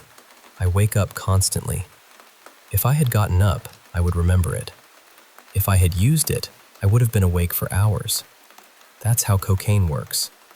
You don't just black out, quietly do a bunch of things, and then wake up refreshed like nothing happened. But when morning came, I got out of bed and went straight to that drawer. The bag was gone. Not moved, not tucked under something, not stuck in the clothes. Gone. I pulled the drawer apart immediately. Then I searched the whole dresser. Then my whole room. Every pocket, every pair of jeans, every weird little place something could slip into. I checked places that made no sense because my brain could not accept what I was seeing. I kept thinking, better I find it than my dad. But I never found it. Not the cocaine. Not even the empty bag. Over the next few days, I searched again. Then again after that. I tore the room apart more than once. Months passed, then years. I cleaned, organized, got rid of junk, went through every corner of that room more times than I can count. And still, nothing. At one point, it bothered me so much that I even went to a psychic. I needed someone to tell me something, anything, because the whole thing felt impossible. She said it was near white on white, which honestly didn't help. I searched again anyway. Still nothing. The only explanation that ever made any emotional sense to me was my grandfather. My dad's dad. He had passed away, and for some reason, my mind went straight to him. I don't know why. Maybe because it felt like a warning, like someone had done something extreme just to scare me badly enough that I would never bring drugs into that house again.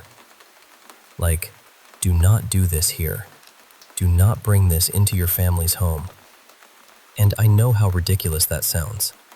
A ghost taking a bag of coke out of a dresser drawer sounds insane. But what feels more insane to me is waking up, going to the exact place I put it, and finding absolutely nothing. No bag, no residue, no sign I had used it, no memory of moving it, no explanation that fits. I've lost things before. Everyone has. You joke and say, maybe the house swallowed it, or maybe the little elves took it. But this was different. I knew where it was. I had obsessed over where it was all night. I woke up with one mission: move it somewhere safer. And then it simply wasn't there. That moment shook me in a way I still can't fully explain. It felt like a glitch, or a warning, or something standing between me and a worse path, even if I didn't understand it at the time. I did end up struggling with addiction later, so I won't pretend that night magically fixed everything. It didn't. But I never forgot it. That missing bag stayed with me. Not because of what was in it, really, but because of what it felt like. It felt like something reached into my life, removed the evidence, and left behind a message I was supposed to hear.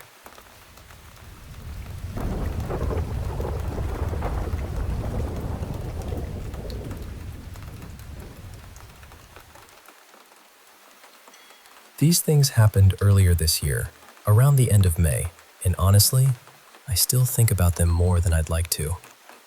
One night, my parents decided to play with a Ouija board. They had both been drinking, and before anyone judges them, they're good parents. It wasn't some wild, careless thing. I think my mom was just hurting. My grandfather passed away 3 years ago, and it hit her really hard. She's still grieving him. So I think the board was her way of trying to reach him, even if it was desperate. We'd already had strange things happen in our home before that. My little brother Milo, who was almost 7 at the time, had woken up more than once saying he'd seen a scary man.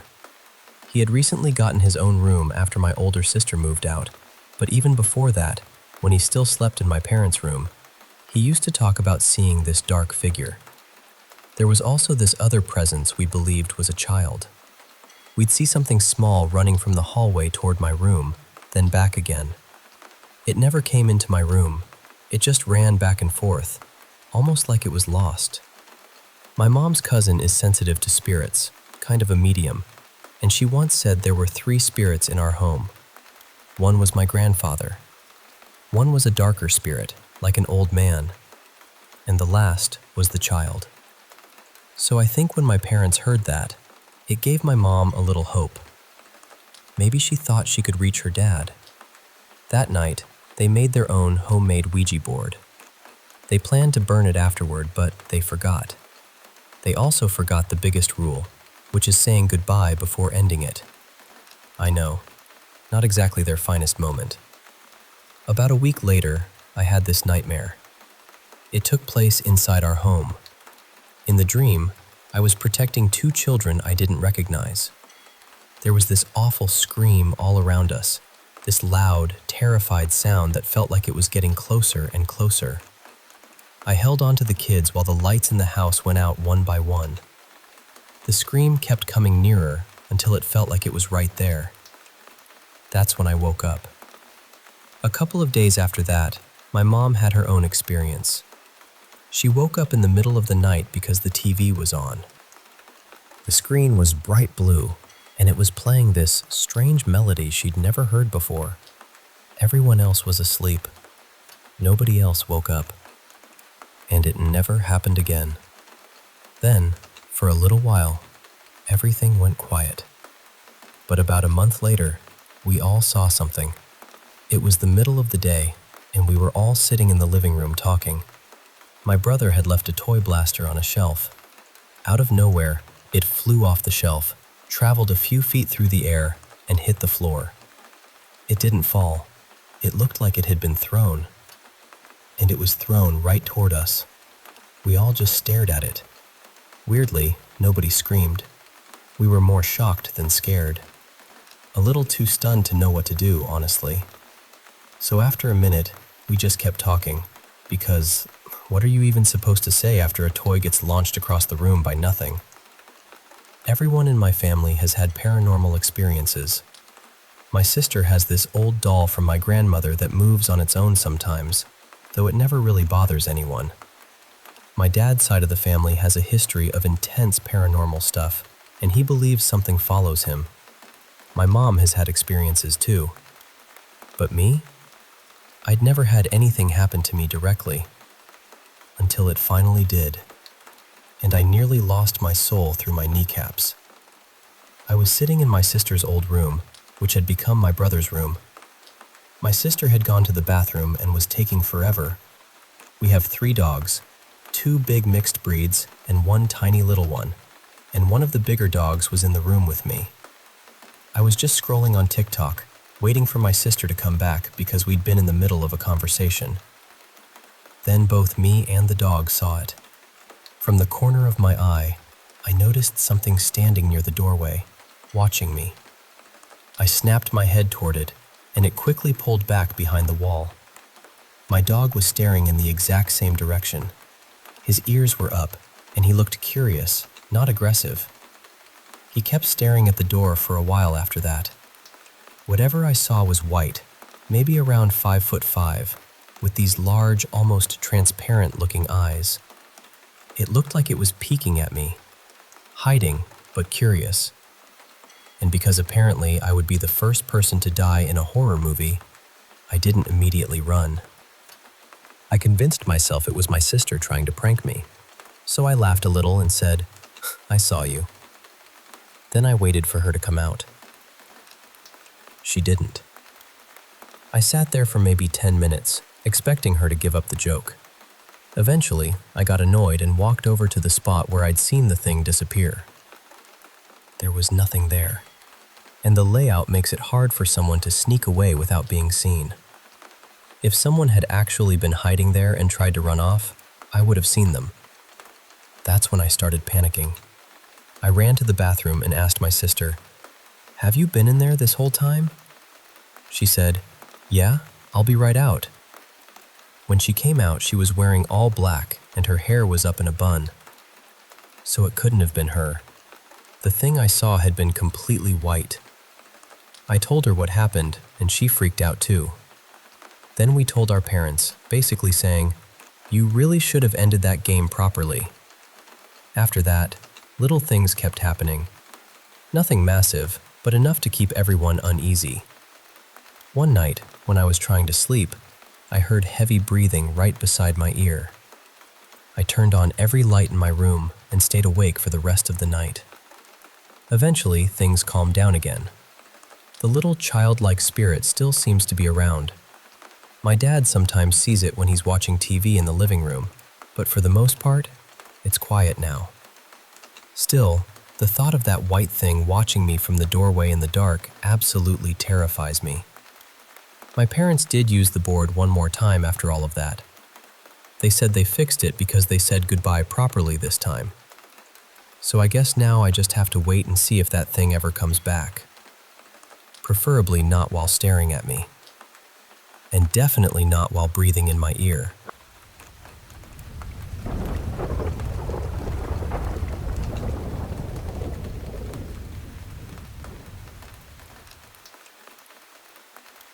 I want to start by saying I'm not someone who jumps straight to ghosts. I'm usually the person trying to find the practical explanation first. A loose pipe, an old appliance, a tired brain filling in blanks at 3 in the morning. That kind of thing. And English isn't my first language, so I'll try my best to explain this clearly. My family bought our house back in 2005. It used to be a smaller place on a piece of land, and when we moved in, we didn't tear the whole thing down. We kept the foundation and a few of the original walls, then renovated almost everything else. We added another room, rebuilt most of the upper floor, changed the layout, all of it. But somehow, the older parts of the house still feel different. I first started noticing things maybe 6 years ago. Nothing dramatic at first, just little things. During the day, from morning until early evening, the house is quiet, completely ordinary. But once the sun starts going down, the sounds begin. The fridge hums, which is normal enough. It's old, so I don't expect it to be silent. But at night, it sometimes makes this noise like a glass bottle has tipped over inside it, or like something metal has fallen. I also hear plates shifting in the sink, tiny clinks and taps when nobody is nearby. And I know, that can all be explained. Old fridge, dishes settling, pipes, temperature changes, houses make noise. But then there are the voices. When my parents are asleep, or when they aren't home, I sometimes hear them talking, sometimes arguing, usually very late, somewhere between 1 and 5 in the morning. I'll be at my computer with the fan running, that steady white noise in the background, and suddenly it sounds like their voices are downstairs. I've also heard footsteps on the stairs. For a while I worked from home at night, and I've always been a night owl, so I was often awake until sunrise. Maybe I was exhausted. Maybe my brain was catching random sounds and shaping them into something familiar. That's what I told myself. Then there were footsteps above my room. My bedroom is on the top floor, and the ceiling slopes with the roof. There's a tiny crawl space above me, but it's not something anyone can just walk into. You'd have to move a heavy wardrobe and set up a ladder just to reach it. Still, at night, right before I fall asleep, I hear footsteps overhead. Not scratching, not scurrying. Footsteps. I've tried to tell myself it could be an animal on the roof. Maybe a bird. Maybe something in the crawl space. But the rhythm sounds too heavy. Too human. Things disappear too. Small things mostly. Keys, chargers, random objects. That's probably the easiest one to explain, because my mother loves tidying things away, and then no one can find anything afterward. But there have been times she swears she never touched the missing item. The bigger things started happening after I met my girlfriend, Mira, about 2 years ago. She has had her own strange experiences before, so she isn't exactly new to this kind of thing. But some of what happened in my house happened to both of us, and that's where I stopped feeling so confident about my explanations. One night, we had just gone to bed. We talked for a while, then turned off the lamp. I need complete darkness to sleep, so the room was pitch black. I wasn't fully sleepy yet. My eyes were still open, and I was facing the door. Mira was facing the same direction. Then the door started opening. Slowly. A cold blue light crept into the room from the hallway, even though there shouldn't have been any light like that. I froze. I mean, completely froze. I couldn't move, couldn't speak, couldn't even convince myself to breathe properly. Then something came in. It was dark and shapeless, almost like a black mass, but it had eyes. Dark eyes. It moved into the room, and after what felt like forever, though it was probably only a few seconds, it vanished. Then the room was pitch black again. At first, I thought maybe I had fallen asleep without realizing it. Maybe it was a nightmare. I was lying there, trying to process it, when Mira whispered and asked if I was awake. Then she asked if she could turn on the light. I said yes. When I asked her what happened, she told me she had seen a black figure standing in the corner of the room. The way she described it was a little different from what I saw. Hers looked more human, and it seemed farther inside the room. But we both saw something. Another incident happened to her when she was taking a shower. I had already showered and was lying in bed, just relaxing. A few minutes later, she came into the room looking unsettled and asked me why I had gone into the bathroom while she was showering. I told her I hadn't. She said she saw someone through the frosted glass shower door. Someone wearing an oversized white t-shirt, which is exactly what I usually wear at home. She saw the figure walk into the bathroom and bend down like it was picking something up from the floor. But it wasn't me. Everyone else in the house was asleep. Nobody would walk into the bathroom while she was showering. And the bathroom door handle is loud, so if someone had opened it, I would have heard it from the bedroom. When I told her I hadn't moved, she went pale. Those were the two incidents that really scared me. There was another one, but we're not completely sure about it anymore because Mira and I remember it differently now. She once had a nightmare about a woman with glowing red eyes. She woke up frightened in the middle of the night and tried to wake me up or move closer to me. I was in a very deep sleep.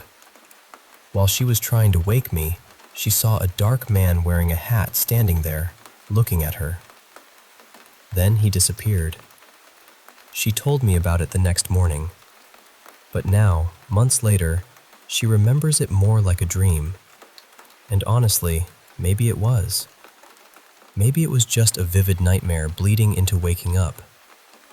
Mira has also dabbled a little in occult things, and she once made me a protection charm. It broke after about a week. But to be fair, I kept it in my bag, so it easily could have broken from being knocked around. Lately, though, the house feels heavier. I don't really know how else to describe it. Darker, maybe. Not physically darker, but the mood of the place feels different, like the air has become thicker in the corners. Maybe I'm imagining it. Maybe I'm paranoid. Maybe I've watched too many scary videos. But some of these things happened before I ever started watching horror content. So I keep coming back to the same question. Is there a normal explanation for all of this? Or is something actually in this house with us?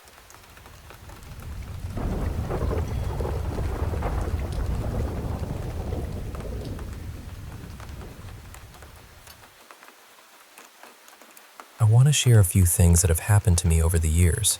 Things I've carried quietly because I've never really known how to explain them. I'm not sharing this because I'm trying to convince anyone of one specific answer. I'm just being honest about what I experienced. And I'll say this too. I'm open to hearing what people think, especially from a Christian or faith-based perspective. These things happened at different times in my life, in different places. Some were in Jamaica, where I was born, and others happened after I moved to the States. The first one I remember clearly happened when I was around 9 or 10 years old in Jamaica. My grandmother had sent me and my cousin Malik to a small shop at night. He was close to my age, so we went together. The shop wasn't right next door. It was a bit of a walk from the house, and somewhere around the halfway point, we saw a woman in the road. She was pacing back and forth, just moving from one side to the other. There was nobody else around. We stopped and watched her for a moment because something about it felt wrong. Eventually, we decided to run past her, but when we did, The only way I can describe it is that it felt like we ran right through her. Not around her, through her. We kept going, got what we were sent for, and then headed back home. When we reached that same stretch of road, she was still there, pacing in the exact same place. This time, Malik ran ahead. I don't know why, but when I got close to her, I froze. I remember her moving toward me, and it felt like she grabbed hold of me somehow. Then Malik came running back, pulled me away, and we both took off for the house. When we told my grandmother what happened, she didn't react like we expected. She said people in the area had seen that woman before, and that the woman had died somewhere nearby. Another thing happened when I was younger, also in Jamaica. It was early in the morning, probably around 5 o'clock, and everyone woke up because one of our pigs was squealing loudly. We all went out onto the veranda to see what was going on. The pig was running around the house in circles, over and over again. It wasn't running toward anything or away from anything that we could see. It was just circling the house non-stop, making that loud, panicked sound. The whole family saw it. I honestly don't remember how it ended, but I remember the feeling of it. It didn't feel normal. It felt like something had frightened that animal in a way none of us could understand. Years later, when I was around 18, I had already moved to the US, but I went back to Jamaica to visit family. On the first night there, I lay down in a back room to rest. I had only closed my eyes for maybe a minute. Then I opened them, and there was a man directly over me. Face to face, looking straight at me. I screamed so loud that I woke everyone in the house. When I told them what I saw, they didn't seem shocked. That actually made it feel even stranger. They said something like, "It happens. They don't know who you are." I've never forgotten that. Another experience happened in the US, in a house where other family members had also talked about strange things happening. One night, I woke up and immediately saw a man standing in the hallway. We looked right at each other. He didn't speak. I didn't speak either. He just stood there staring at me while I lay there staring back. It felt like it lasted maybe half a minute, maybe longer. Then he turned around and walked away down the hall. The strangest part is that I went back to sleep afterward. But the next morning, it really hit me. I kept asking myself, what did I actually see? There was another incident in Jamaica at a relative's house. Behind the property, there was a graveyard. One early morning, sometime between 3 and 5, something came running through the hallway. As it moved, it hit every door in a row. Boom, boom, boom, boom. There were several rooms along that hallway, maybe 5 or so, and every door got hit one after another, fast and hard. Everyone woke up at the same time. We all opened our doors and looked out, confused, trying to figure out what had just happened. Nobody saw anything, but every single one of us heard it clearly. Another time, I was working security at a senior living property in the US. Before going inside, I decided to rest in my car for a bit.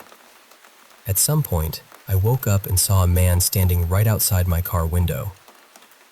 He was looking directly at me, and his face looked angry. Not just serious, angry. We locked eyes. He didn't say a word. Then, right in front of me, he disappeared.